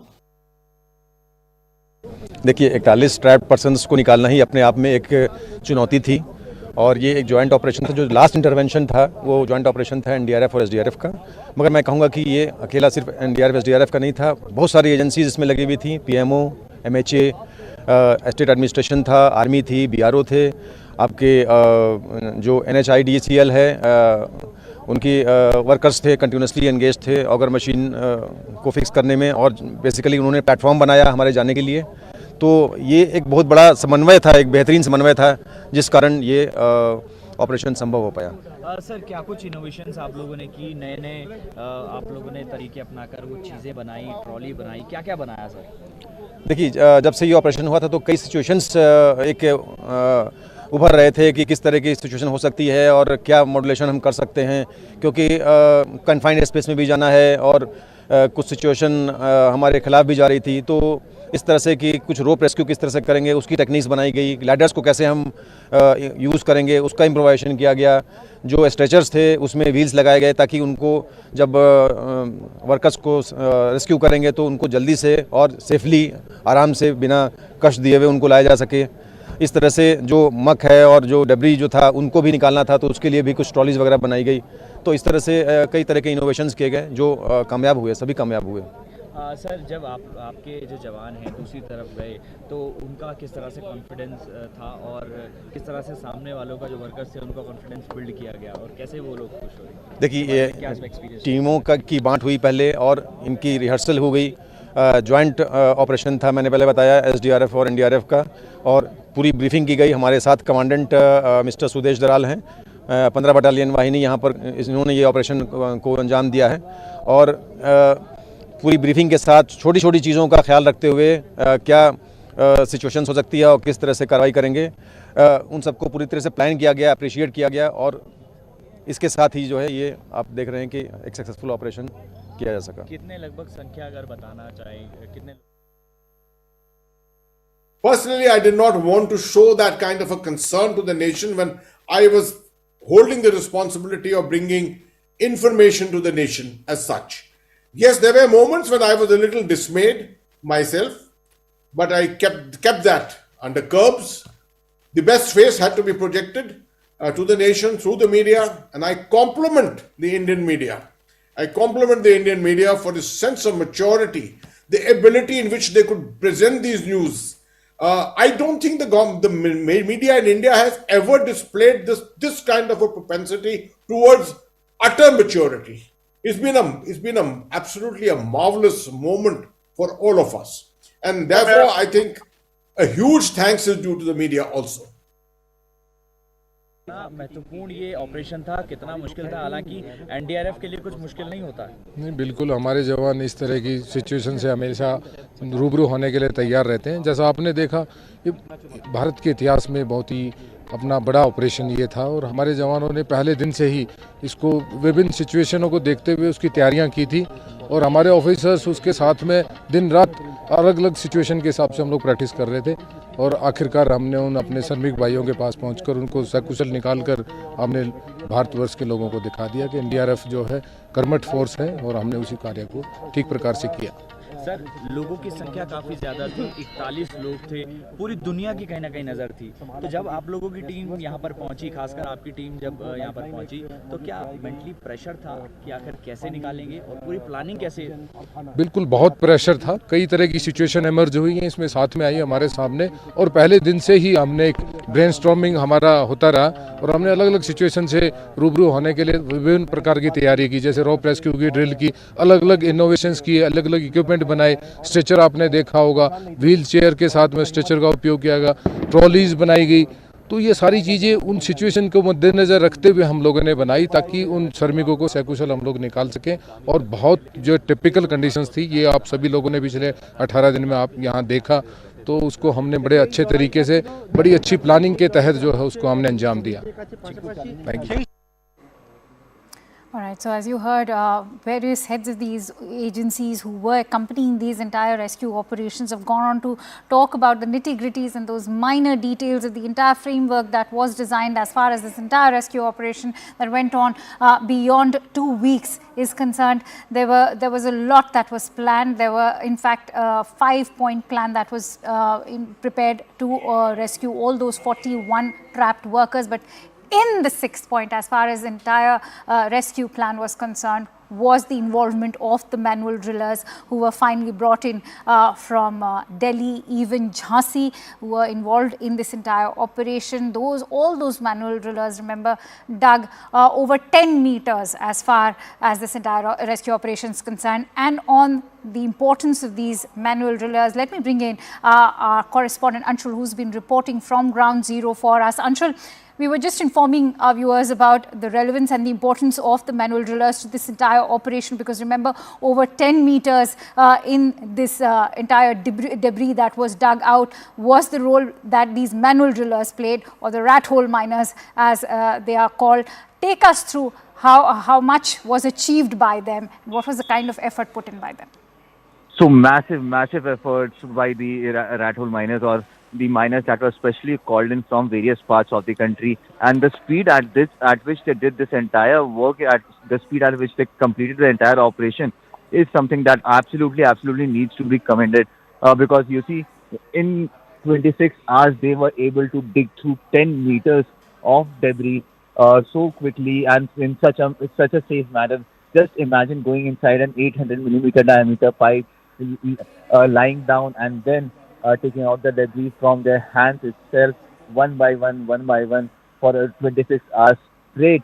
These people who have worked round the clock, more than 15 of those who were brought in, these experts worked round the clock, and with motivation, knowing that their brothers are on the other side, with motivation they worked through and finally managed to make sure that this entire operation is conducted with safety. Because remember, over the last 48 hours, there was absolutely very little success that the rescuers had gotten in this entire operation, because you see, the American auger machine got stuck in those pipes, in those debris over there for 48 hours, and it was a massive job for the rescuers to initially get that machine out, and post that, the manner in which these workers have worked round the clock has definitely. Anshul, now that those workers have been finally rescued and been ferried through those ambulances, visuals of which we also saw, many of them were assisted by General VK Singh and of course Chief Minister Dhami as well. They've been finally taken to the hospitals where they've also received those initial checkups, as Chief Minister Dhami was also sharing with us that their BP levels and other basic checkups are also going to be done. What are you learning in terms of their condition? Remember, they've been trapped inside that tunnel for nearly 17 days now. So yes, that's the good news, that all these people are absolutely safe and are fine. In fact, all of them are fit, and some of them.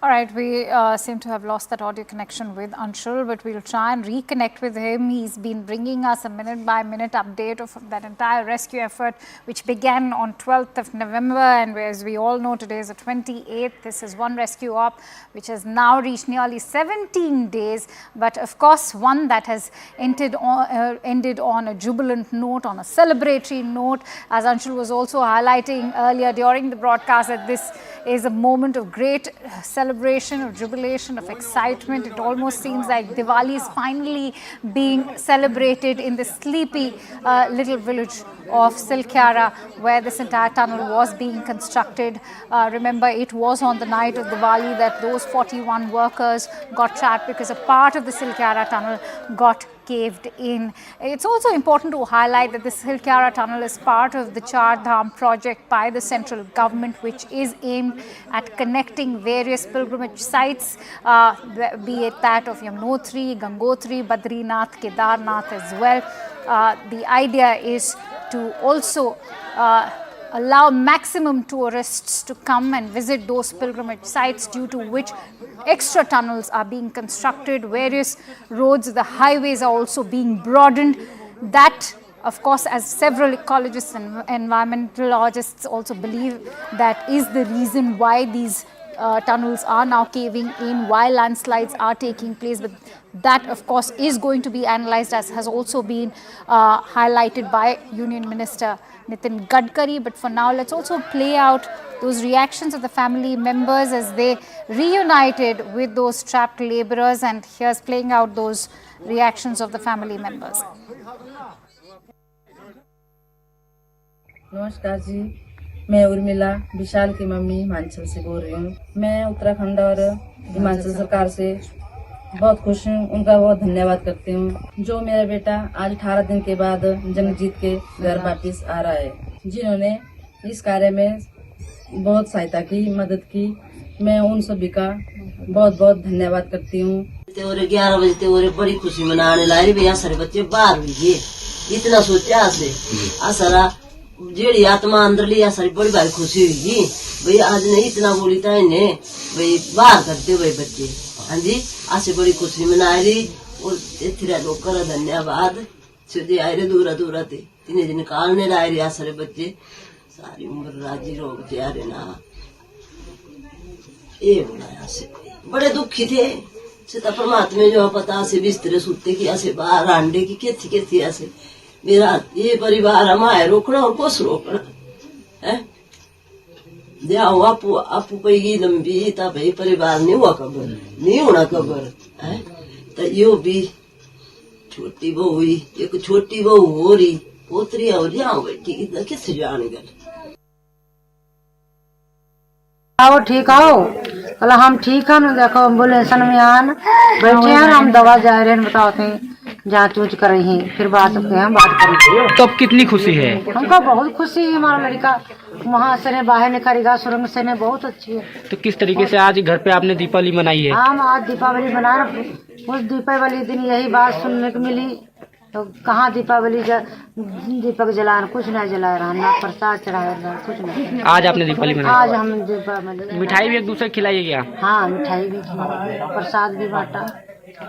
हमारी हिमाचल सरकार से यह गुजारिश है कि हम तहे दिल से आपका धन्यवाद करते हैं, और उत्तराखंड सरकार से भी हमारी यही गुजारिश है कि आपका बहुत तहे दिल से धन्यवाद, जो आपने हमारा बच्चा हमें वापस दे दिया। और हमारे लिए आज सबसे बड़ा खुशी का दिन है कि हमारा बच्चा हमारे पास घर पहुंच जाएगा अब, और जल्दी से जल्दी उसको जैसे निकाला है उसको वैसे घर भी भेज दें। और जो मीडिया वाले हैं उन्होंने भी हमारा बहुत साथ दिया, उनका भी तहे दिल से धन्यवाद। Elated family members celebrating the moment all those 41 trapped labourers were finally rescued. It is indeed a moment of great celebration for all of Uttarakhand, in fact the entire country. As we all know, this has been a multi-pronged effort, a well-coordinated effort by not just the state government as far as the Uttarakhand government is concerned, but remember even the Prime Minister and the PMO have been very closely tracking this entire rescue operation, as far as Principal Secretary to the Prime Minister, Mr. P.K. Mishra, even the Union Home Secretary Ajay Kumar Bhalla, along with Minister of State for Road Transport and Highways, General V.K. Singh, were involved in this entire operation. The Prime Minister, in fact, was one of the first few people who tweeted soon after those labourers were rescued. He went on to salute their courage and endurance, because remember, they've been trapped inside the tunnel for far too long, but call it a miracle of fate. They've all been declared hale and hearty at the hospital once they were ferried to the hospital after the Chief Minister of Uttarakhand garlanded them. You can see on the left side of your screen, laddus also being distributed.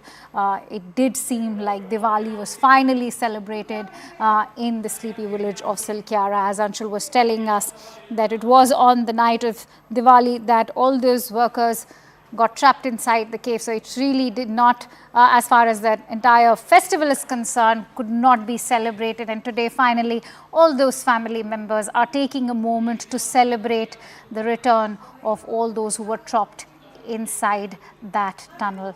We'll keep bringing you all the latest details as far as this entire rescue operation is concerned. CNN News 18 has been tracking all of it since day one on 12th of November, when the first time that entire cave, the tunnel caved in. And with that, we'll keep bringing you all the latest updates. For now, it's time for a quick break. Thank you so much for watching CNN News 18.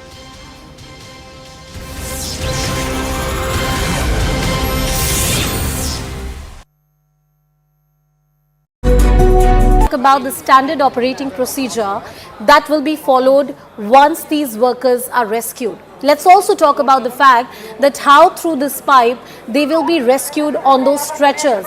And even while you're pulling those stretchers out of that pipe, one has to be really careful, cautious and patient. So yes, patience is the key over here. Yes, a lot of hard work has gone into this entire operation over the last 17 days, and hence it is actually very important that they maintain the patience and do not get excited at the last moment. And that is something that these experts are prepared for at this point in time. You can see that how this work is happening, and as you rightly mentioned, the stretchers that would be taken inside, these stretchers would be pulled out in a very controlled manner, making sure that these people who are safe for the last 17 days do not get injured in the process while they are being pulled out. And hence we saw those mattresses being taken inside, the stretchers being taken inside. So basically on those stretchers these mattresses would be put, and then the wheels that have been attached to the stretcher, then they will be pulled out in a slow and steady manner. The approximate time for each person to come out is somewhere between the 2 minute to the 3 minute mark, and hence we are expecting that each and every 41 of them will be taken out in 2 hours once this entire breakthrough is made. So yes, that story is not very far, that news is not very far. It is slowly becoming a reality, what we were hoping to see for the last 17 days. And within the next few hours, this entire rescue operation would come to a halt. Remember, there were a lot of ups and downs. The hopes were raised, hopes came crashing down, problems after problems, solutions after solutions, new problems, new solutions, everything has been seen in this entire operation over the last 17 days. Now today, finally, we are hoping that for the thing that all the entire team was working for, approximately 1,000 workers from 15 different organizations, several experts from across the globe roped in, all working in tandem, making sure that these people are taken out safely, and hopefully that mission will come to an end within the next few hours. The breakthrough will happen within the next few minutes is what we are being told at this point in time.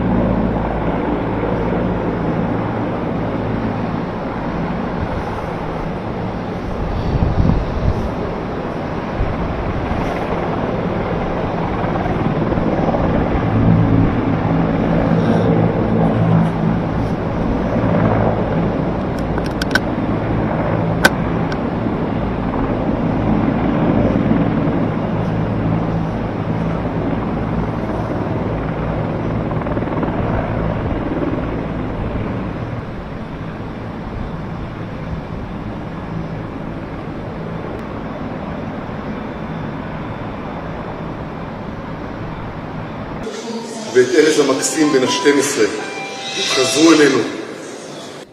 Hi, I'm Ido with the Calderon family. Our sweet 16 years old Sahar and our wonderful 12 years old Erez have returned to us safely. We just heard that they're coming upstairs and they are going directly to be examined by the doctors. This is a momentous day in our lives. We are filled with excitement, but we have not yet fully processed what has happened. I'm finding that it's difficult to go from a state of endless anxiety about their fate to a state of relief and joy. I believe it will take time. This is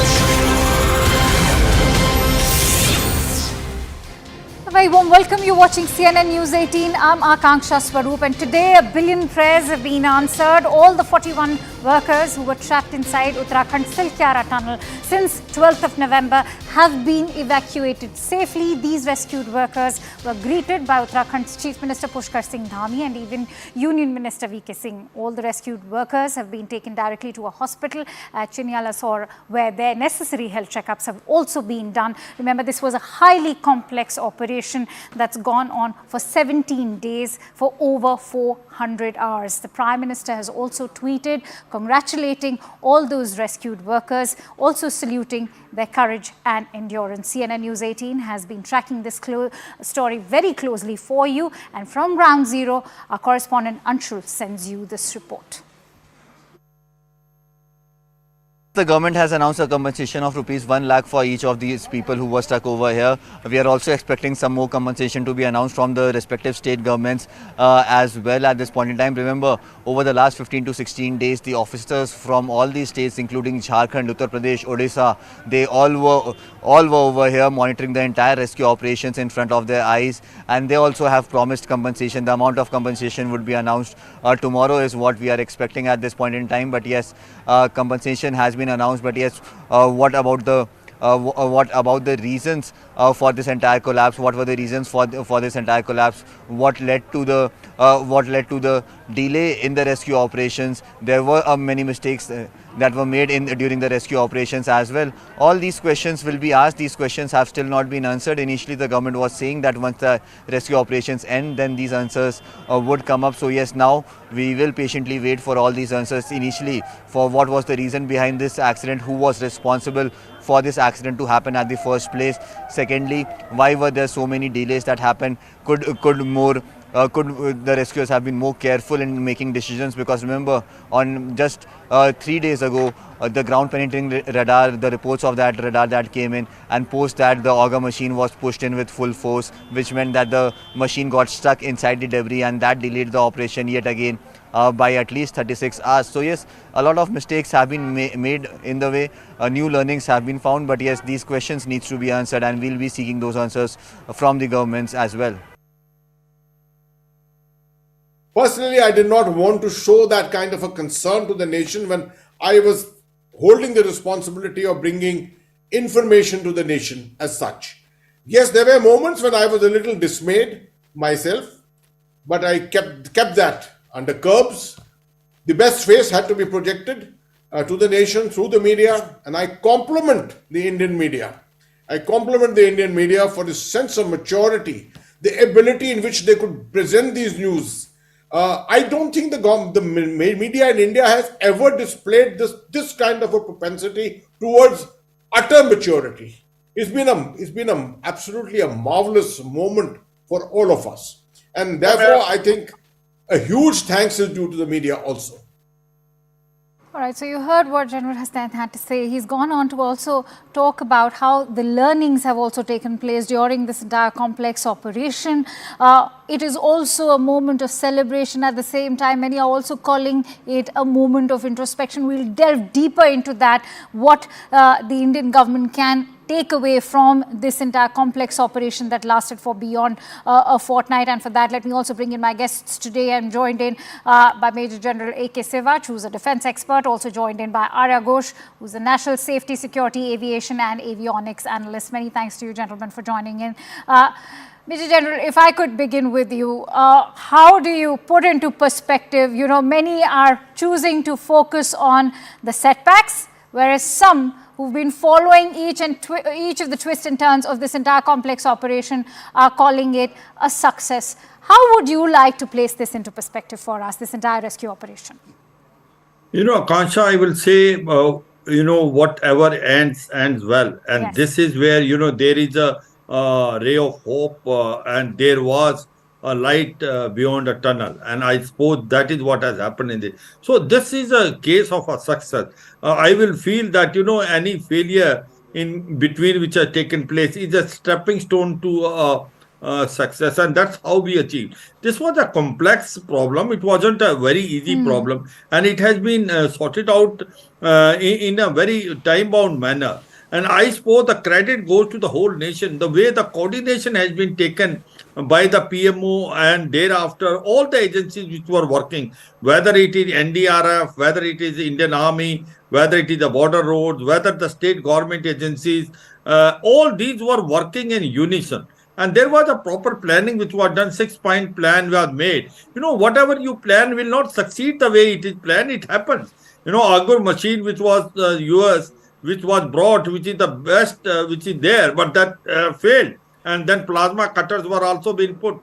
So, and thereafter, we succeeded by achieving almost 75% of the bore holing. And thereafter, it was also realized that now the machine is not working, the blades were struck, they have to be taken out. And then a very good decision was taking these rat miners. Right. And manually the digging was done. So I suppose it is a case of a success story, and it is been done in a most professional manner. The coordination which has been done Absolutely. from the highest to the lowest Arya level. Ghosh, the if I better could bring you in on what Major General has to say, they always say that it is the failures which are the stepping stone to success. How would you like to weigh in on the kind of rescue operation that we've seen? Not to forget, do weigh in on all those obstacles that have taken place, and what should be the Indian government's learning as far as disaster relief is concerned?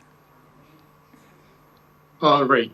First of all, we need to, this certainly has been a learning point for all of us. And in my humble appreciation, first of all, I see that this tunnel work was commenced on 9th of July 2018, and it was supposed to be completed by 8th of July 2022. And now this rectified date is 14th of May 2024. So that itself indicates that there might have been or must have been difficulties that the workers or the engineers that they have faced while doing this work. And in my opinion, since this is a seismic zone and with lots of landslides that have taken place in the past, that should have been taken into account, and the tunnel work should have been stopped. That is one. The other thing is the experts there should have thought about as far as the debris are concerned, before using the auger machine, they should have thought about the loopholes of the auger machine or the limitations of the auger machines, and should have thought that the rods as well could have been a part of the debris. And so that actually was not thought about, I guess. Major General Sivach, taking a cue from what Mr. Ghosh has to say, he's made some very valid points. What have you observed throughout this entire operation that's taken place for over a fortnight? We all have been very closely tracking, but the obstructions that we've witnessed have also been a learning, because remember, when we speak to all the experts, one key takeaway has stood out, that whenever it comes to hilly, fragile, ecologically fragile terrains like the Himalayan region, I think we need to up our game. We need to build better when it comes to capacity building as far as disaster management is concerned. Ankansha, no doubt about it. You remember that Himalayan region is a very fragile region. The Himalayan ranges are very young ranges. and therefore they are prone for slides, and it falls into a seismic 5 as far as earthquake is concerned. So no doubt you have to be very, very careful when you are building up the roads, when you are doing deforestation, when you are making tunnels. But I suppose the tunnel is a requirement of the day. Right. Remember that areas which are there in northeast and northern portion of the country, connecting from Ladakh to Arunachal Pradesh, these have been a problem that they are cut off from the rest of India for almost 4 to 5 months due to heavy snowfall. So you need tunnel to give them a connectivity to almost throughout the year, and therefore there is a method of doing it.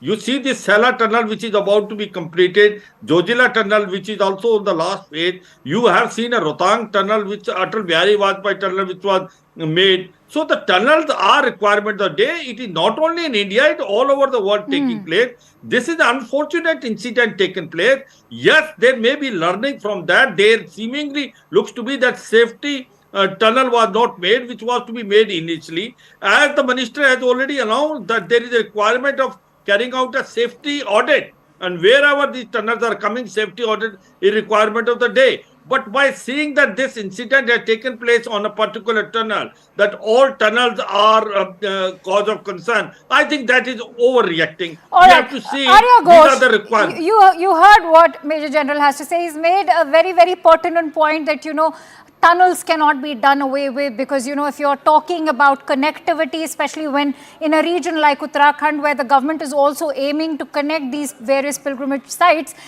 tunneling is going to happen. We cannot compromise with that. But when we also talk about environment impact assessment, environmentalists have been very vocal about how the EIA was given a miss by the government. I want you to talk about the significance and the importance of the EIA. That's certainly significant as far as the growing concerns on climate change. When we are talking about that, so that certainly is a concern. Environmental, adverse effects, and along with that, I would also like to highlight the issue of national security as well, that which is of paramount importance. But if the forces have to face a catastrophic disaster in this way, that would not be something that we'd like to think about. And also, as far as the safety, I would like to just bring in some important point. I think going forward in the future, a dedicated doctors team should be an integral part, as well as the rat miners. Why a doctors team? Because see, in case of a collapse inside, you don't have the others trapped inside would have had no clue about as to the cause of the collapse of a person, God forbid. And then there is no one to give CPR. There's no one to give injections, whatever, because of non-accessibility. The doctors outside could have done symptomatic treatment.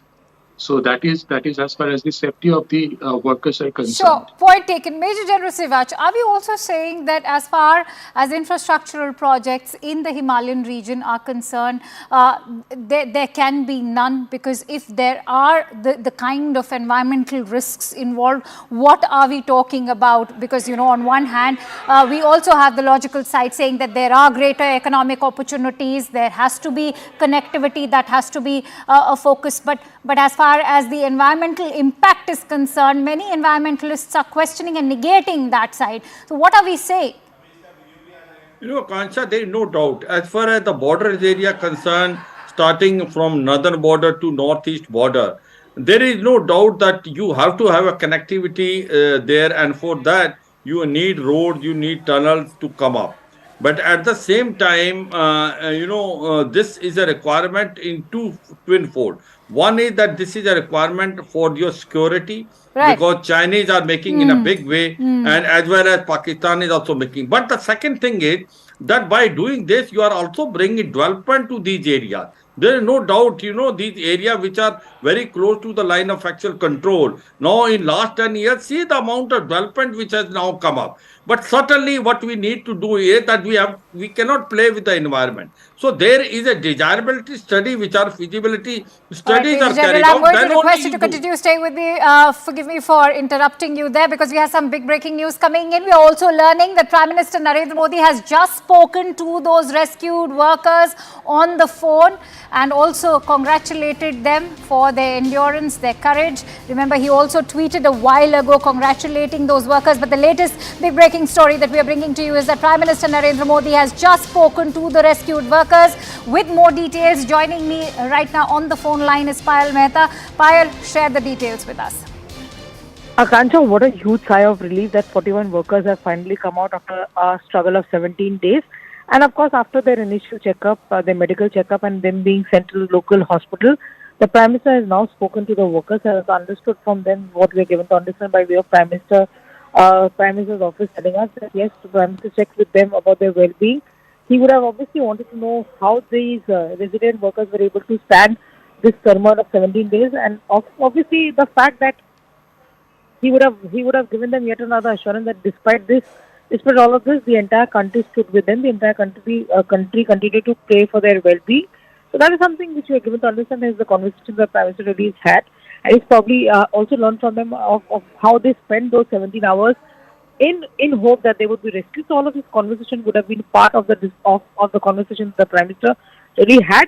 This is of course after the Prime Minister just moments after the rescue operation was over had also spoken to Pushkar Singh Dhami and had also assured that all of government approach continues to be there, and the government will also continue to continue to help the workers and their families out in this hours of crisis. But finally the workers are out, and that's the biggest right. This is the biggest sigh of relief for the entire nation, in fact, Payal. And when you talk about the government's assistance, do take our viewers through how closely the government was monitoring this, because remember, not just the NDRF or close to like 15 agencies, including the CM of Uttarakhand, but also the PMO, as far as the Union Home Secretary and the Principal Secretary to the Prime Minister were also very closely monitoring the entire situation along with Prime Minister Narendra Modi. Take us through how this has been a multi-pronged effort. It has been a multi-pronged effort from day one, given the fact that every day, despite the fact that the Prime Minister had a hectic election schedule, he would call up the Uttarakhand Chief Minister, understand from them what the situation really was. It was a tough operation. There were multiple attempts that actually failed. But, of course, the assurance that came in from Nitin Gadkari, also the Union Minister for Road and Transport, that every difficult step would be tried and every assistance would be taken, even if we had to bring in resources from outside the country as well. The Prime Minister's office rushed senior officials also, including the fact that P.K. Mishra, one of the senior officials in the Prime Minister's office, is a very, very well-known, disaster management expert. He was present, several other officials were present. In fact, General V.K. Singh, MOS Road and Transport, stayed camped in over there as well. So all hands on the deck, and a full government approach was adopted as far as that is concerned. Every agency was roped in, whether it's the railways, whether it's the power ministry, whether it's the road and transport ministry, of course the nodal ministry.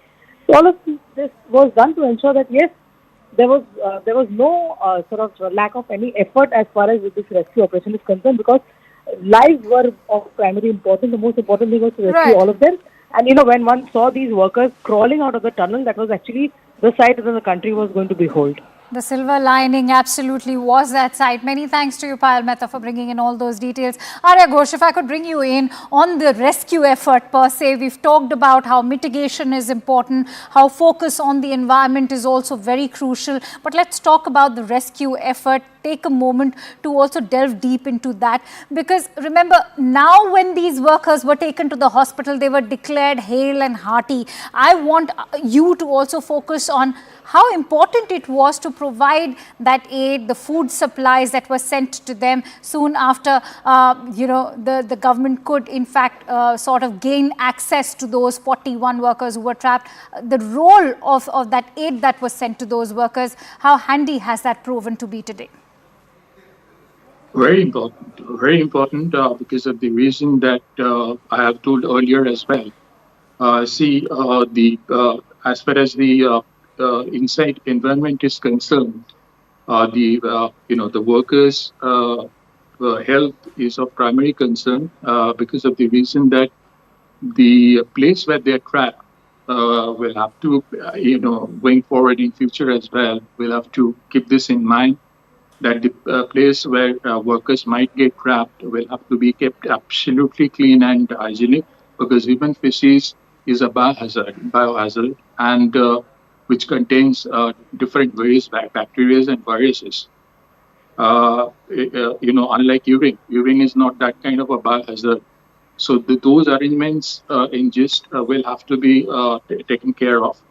And also wagon-like vehicle, as I said earlier, which can take the load of the debris falling from the up, will have to, that will have to accompany the workers in close proximity, so that in case the workers notice that the debris have started falling, so they could quickly get inside that wagon-like vehicle, and which should be equipped with oxygen, medical kits, doctors, etc., foods, water.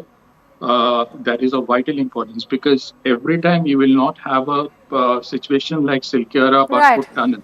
True. And also one more thing I would like to add is that I have come across an information.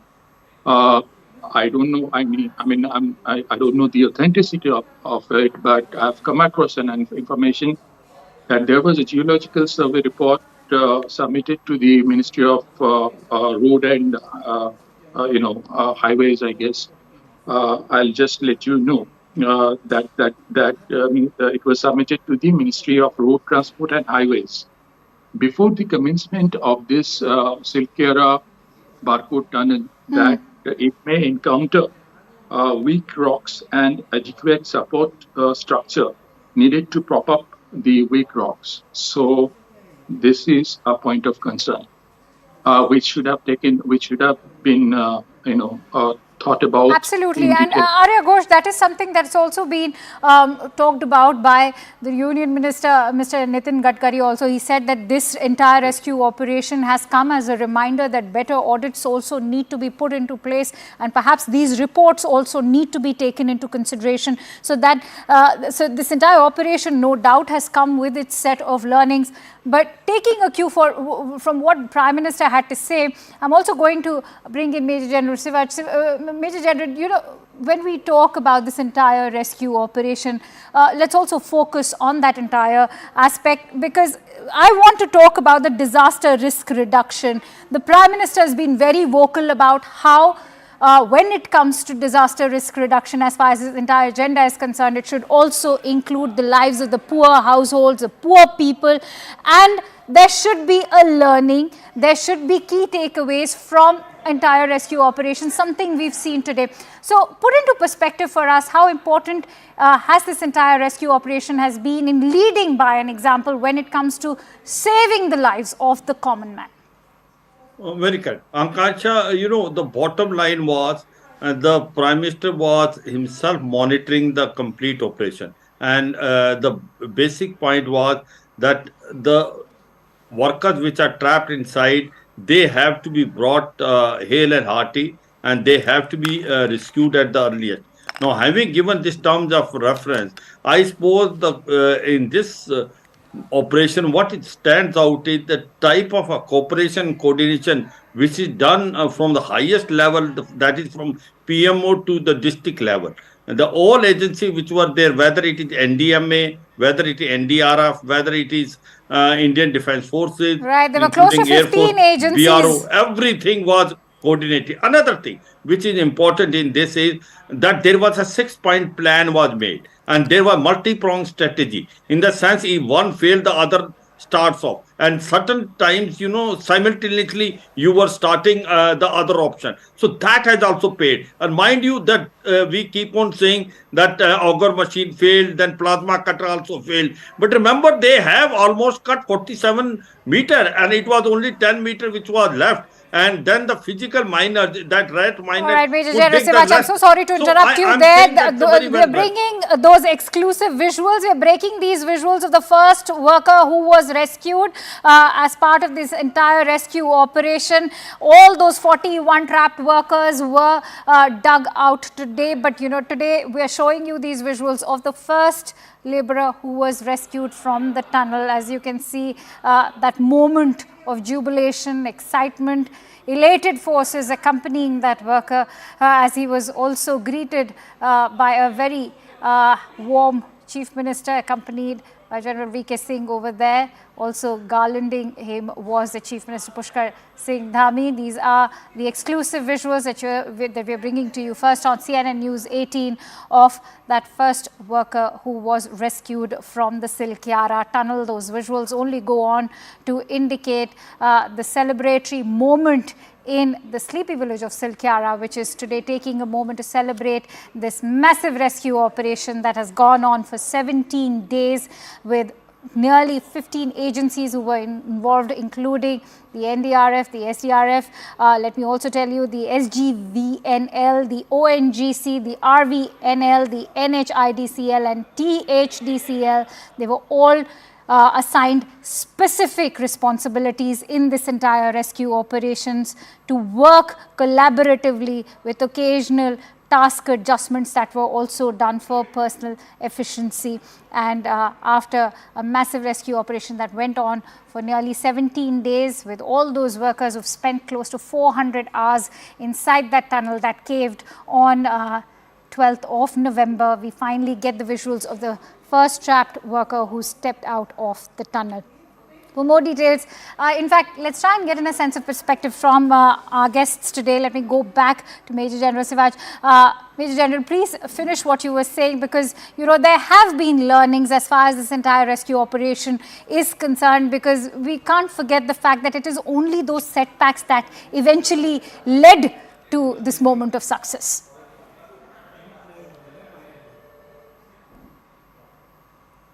Point-pronged strategy, and in case one failed, the other started off, and simultaneously they were working. And remember that our auger machine may got struck, our plasma cutters may not be able to succeed fully, but they have done almost 75% of the work, and the rest of the work could be done by the physical mining by this rat miner.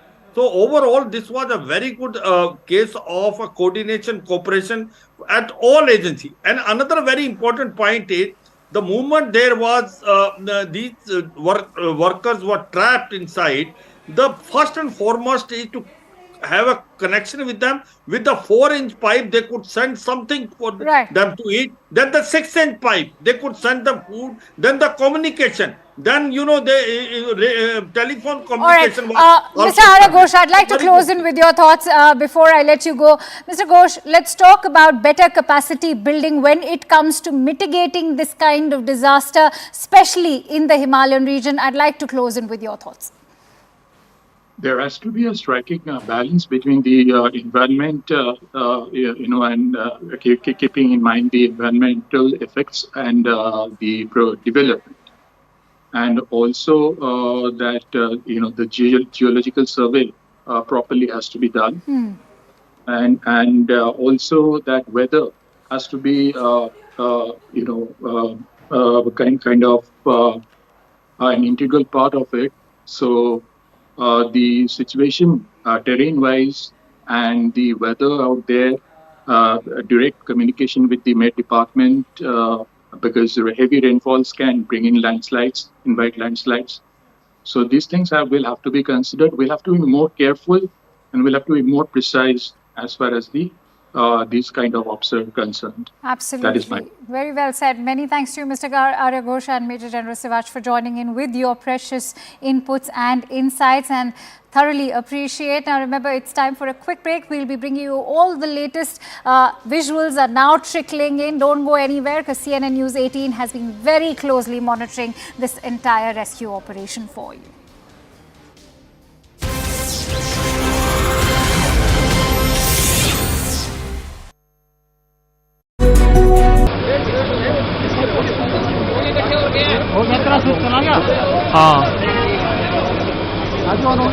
हाँ on हो गया sir. हाँ उसका वो भी on हो गया, switch करना। अरे सर क्या करें, अब तो मैं हट जाऊंगा यहाँ से, ओबी का मिल जाना आपको। तो बस मैं यहाँ से मूव कर रहा हूँ, मेरा हटा दो जल्दी।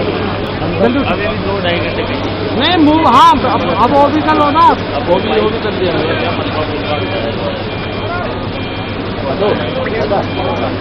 मैं नीचे जाऊंगा ना, दलदल वाला काम होगा ना, नीचे फाइटे वो गाड़ियाँ निकलते हुए सभी लोग। अरे सर क्या करें, अब तो मैं हट जाऊंगा यहाँ से, ओबी का मिल जाना आपको, तो बस मैं यहाँ से मूव कर रहा हूँ, मेरा हटा दो जल्दी। अभी 2-2.5 घंटे नहीं मूव, हाँ अब ओबी का लो ना। जो है अंदर का नहीं, जो NDRF की टीम है वो अंदर जा रही है और अंदर से निकालने की कोशिश हो रही है, ये खबर मिल रही है। तमाम जो अधिकारी हैं वहीं से टनल में मौजूद हैं और टनल में मौजूद अधिकारी जो है लगातार जो है आपस में बातचीत कर रहे हैं और अब जो 17 दिन से 41 मजदूर फंसे हुए हैं उनको निकालने की कोशिश लगातार जारी है। हालांकि आधिकारिक तौर पर कुछ भी नहीं कहा जा रहा है कि आखिर मजदूर कब निकलेंगे, कब तक उनको एम्बुलेंस में भेजा जाएगा, क्या कुछ मजदूर निकाले गए हैं या नहीं निकाले गए हैं, इस बाबत भी कोई जानकारी नहीं दी जा रही। तमाम अधिकारियों से बात करने की कोशिश हो रही है, क्योंकि बाहर ये भी खबर है कुछ जो श्रमिकों को निकाला गया है, लेकिन उस पर कोई पुष्टि नहीं हो रही है, ना ही उसको इनकार किया जा रहा है, ना ही उसको पुष्ट किया जा रहा है। तमाम जो अधिकारी हैं अंदर हैं, पुष्कर सिंह धामी भी अंदर हैं, उत्तराखंड के मुख्यमंत्री, और तमाम उसके अलावा जो NDRF की खबर आई कुछ मजदूर निकाले गए हैं। फिर कहा गया कि कुछ मजदूर अभी कोई मजदूर नहीं निकले हैं, कुछ मलबा गिर गया है, फिर कहा गया कि कुछ पत्थर आ गया है, लेकिन लगातार कुछ আমরা যে কথা জানাচ্ছিলাম যে এই তৎপরতাই ছিল যে ভেতরে কোনো একটি ডেভেলপমেন্ট হয়েছে, যে ডেভেলপমেন্ট ইতিবাচক, কারণ ক্যাম্প থেকে সোজাসুজি এখানে আবার ঘুরে এসেছিলেন এবং যে কথা এই মুহূর্তে বাংলা দর্শকদের আমরা জানাচ্ছি তা হচ্ছে ভেতরের উদ্ধার কাজ এই মুহূর্তে শুরু হয়ে গিয়েছে, অর্থাৎ ফাইনাল যে উদ্ধার কাজ এবার সময়ের অপেক্ষা। प्लान ए पर काम हुआ था और प्लान ए पर काम कई बार तो ऐसा लगा कि जैसे असफलता हाथ लग गई, लेकिन तमाम जो कर्मचारी थे, तमाम जो इंजीनियर थे, तमाम जो यहाँ पे वैज्ञानिक थे, वो लगातार कोशिश करते रहे, वो लगातार ये कोशिश करते रहे कि जल्दी से जल्दी मजदूरों को बाहर निकाला जाए। अब ये जारी है, अब वो खड़ी जिसका सबको सब है, कोई ना कोई मजदूर या तो निकला है या निकलने वाला है और उसको निकाल कर बाहर जो भेजा जाएगा। एक एम्बुलेंस को बिल्कुल कैंप से सटा कर लगाया गया है। ये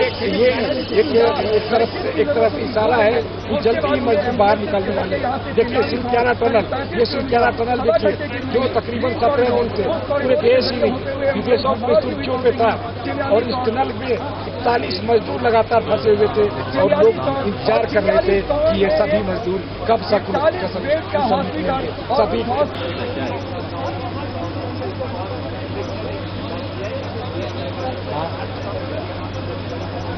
हाँ सर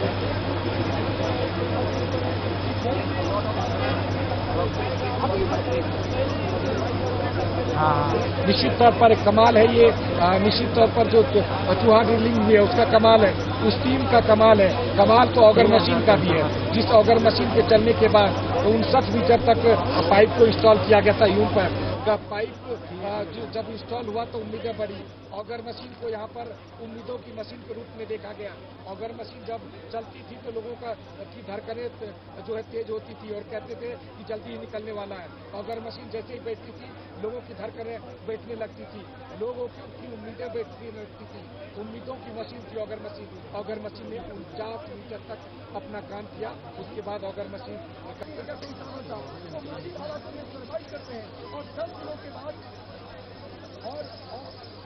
10 दिनों के बाद उनके पास पहला सेलिब्रेशन होता है, फिर उन्हें फूड आइटम पहुंचाया जाता है।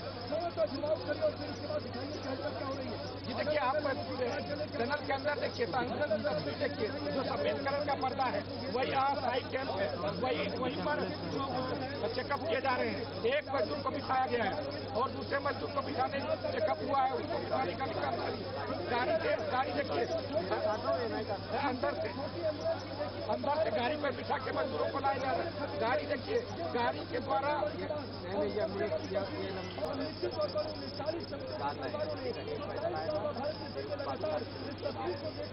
हमारी लगातार नॉन स्टॉप बिना ब्रेक के खबर को देख रहे हैं। उन्हें ये निश्चित तौर पर सबसे बड़ी राहत खबर मिली होगी। और जरा जूम आउट करके पहले बाहर की तस्वीर जरा जूम आउट करिए, एकदम बाहर निकालिए, बाहर निकालिए। ये बगल में देखिए सारी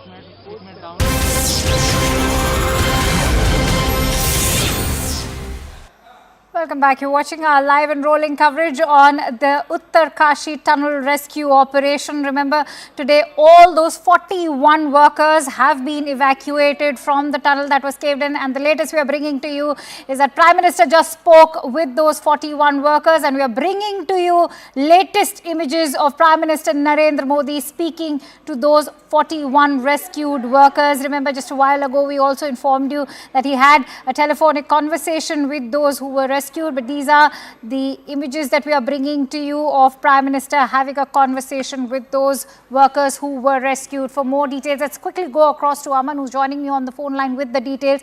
Aman, important to take a moment and highlight how this has been a multi-pronged effort from not just the Prime Minister tracking this, but the PMO along with the various disaster relief agencies which were accompanying this entire rescue operation, along with the Chief Minister and Union Minister VK Singh as well.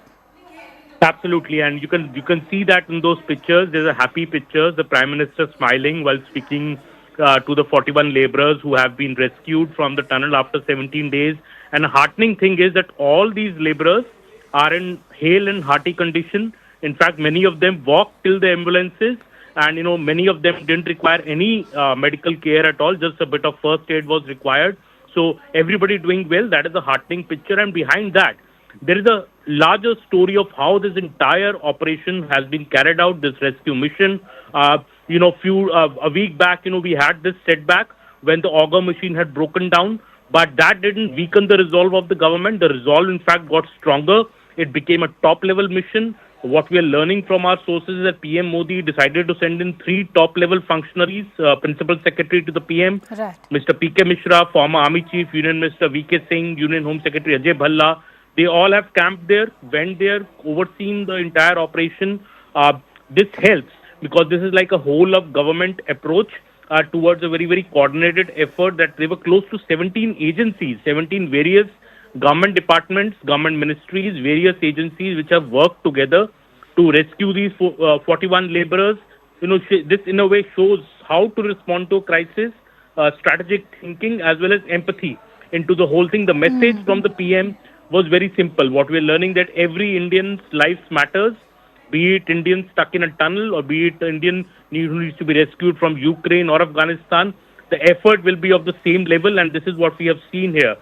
Mission mode kind of a operation, doing everything in a coordinated strategy. We are also learning that Mr. Modi, he's speaking to the laborers now, but he was also speaking in direct touch with various stakeholders during multiple levels in the last 17 days. A key decision, I must tell you, an idea which came that, a landline facility should be set up, right, and BSNL gave a handset to the workers so that ensured communication that indeed also was with a the very workers during the important 17 decision days. by the central government. Many thanks to you, Aman, for bringing in all those details. We'll be tracking all the latest for you. Stay tuned to CNN News 18. For now, it's time to cut to a short break.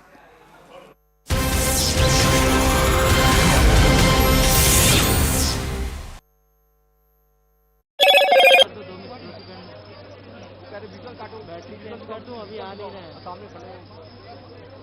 नहीं battery change कर दो, 1 minute हटाना।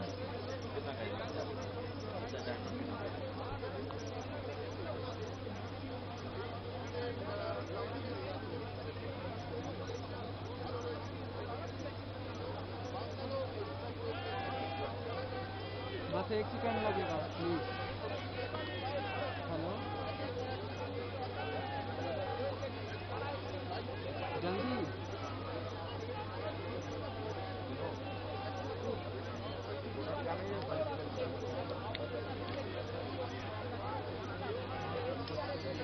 कर दिया बस 1 minute कर दिया, camera on हो रहा है।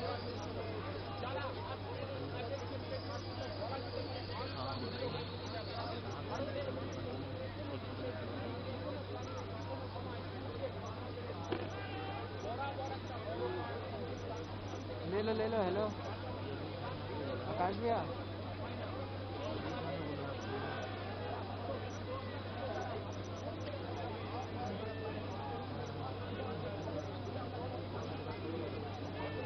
निश्चित तौर पर मैं इस वक्त सिलक्यारा टनल के ठीक सामने हूँ और सिलक्यारा टनल के हलचल को आप महसूस कर सकते हैं, देख सकते हैं।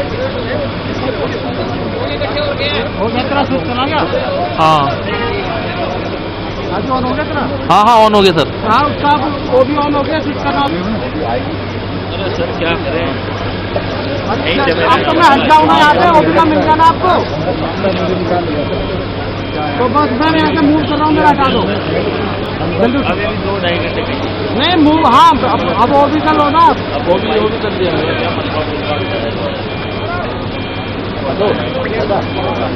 मैं नीचे जाऊंगा ना, बर्तन वाला काम होगा ना नीचे, फाइटें वो गाड़ियाँ निकलते हुए सब्जी। अरे सर क्या करें, अब तो मैं हट जाऊंगा यहाँ पे, वो भी ना मिल जाना आपको। तो बस मैं यहाँ से मूव कर रहा हूँ, मेरा हटा दो जल्दी। अभी 2-2.5 घंटे नहीं मूव, हाँ अब वो भी कर लो ना। जो है अंदर का नहीं, जो NDRF की टीम है वो अंदर जा रही है और अंदर से निकालने की कोशिश हो रही है, ये खबर मिल रही है। तमाम जो अधिकारी हैं वहीं टनल में मौजूद हैं और टनल में मौजूद अधिकारी जो है लगातार जो है आपस में बातचीत कर रहे हैं और जो 17 दिन से 41 मजदूर फंसे हुए हैं उनको निकालने की कोशिश लगातार जारी है। हालांकि आधिकारिक तौर पर कुछ भी नहीं कहा जा रहा है कि आखिर मजदूर कब निकलेंगे, कब तक उनको एम्बुलेंस में भेजा जाएगा, क्या कुछ मजदूर निकाले गए हैं या नहीं निकाले गए हैं, इस बाबत भी कोई जानकारी नहीं दी जा रही है। तमाम अधिकारियों से बात करने की कोशिश हो रही है क्योंकि बाहर ये भी खबर है कुछ जो श्रमिकों को निकाला गया है, लेकिन उस पर कोई पुष्टि नहीं हो रही है, ना ही उसको इनकार किया जा रहा है, ना ही उसको पुष्ट किया जा रहा है। तमाम जो अधिकारी हैं अंदर हैं, पुष्कर सिंह धामी भी अंदर हैं, उत्तराखंड के मुख्यमंत्री, और तमाम उसके अलावा जो NDRF खबर आई कुछ मजदूर निकाले गए हैं। फिर कहा गया कि कुछ मजदूर अभी कोई मजदूर नहीं निकले हैं, कुछ मलबा गिर गया। फिर कहा गया कि कुछ पत्थर आ गया है, लेकिन लगातार कुछ আমরা যে কথা জানাচ্ছিলাম যে এই তৎপরতাই ঘটিয়ে ছিল যে ভেতরে কোনো একটি ডেভেলপমেন্ট হয়েছে, যে ডেভেলপমেন্ট ইতিবাচক, কারণ তিনি ক্যাম্প অফিস থেকে সোজাসুজি এখানে আবার ঘুরে এসেছিলেন এবং যে কথা এই মুহূর্তে বাংলা দর্শকদের আমরা জানাচ্ছি তা হচ্ছে ভেতরের উদ্ধার কাজ কার্যত এই মুহূর্তে শুরু হয়ে গিয়েছে, অর্থাৎ ফাইনাল যে উদ্ধার কাজ এবার কার্যত সময়ের অপেক্ষা। प्लान ए पर काम हुआ था और प्लान ए पर काम कई बार तो ऐसा लगा कि जैसे असफलता हाथ लग गई, लेकिन तमाम जो कर्मचारी थे, तमाम जो इंजीनियर थे, तमाम जो यहाँ पे वैज्ञानिक थे, वो लगातार कोशिश करते रहे, वो लगातार ये कोशिश करते रहे कि जल्दी से जल्दी मजदूरों को बाहर निकालना चाहिए। अब ये जारी है, अब वो खड़ी जिसका सबको सब है, कोई न कोई एक मजदूर या तो निकला है या निकलने वाला है और उनको निकाल कर बाहर जो भेजा जाएगा। एक एम्बुलेंस तो बिल्कुल कैंप से सटा कर लगाया गया है। ये एक तरफ इशारा है कि जल्द ही मजदूर बाहर निकलने वाले हैं। देखिए सिलक्यारा टनल, ये सिलक्यारा टनल देखिए जो तकरीबन 17 दिन से पूरे देश ही नहीं विदेशों में सुर्खियों पे था और इस टनल में 41 मजदूर लगातार फंसे हुए थे और लोग इंतजार कर रहे थे कि ये सभी मजदूर कब सभी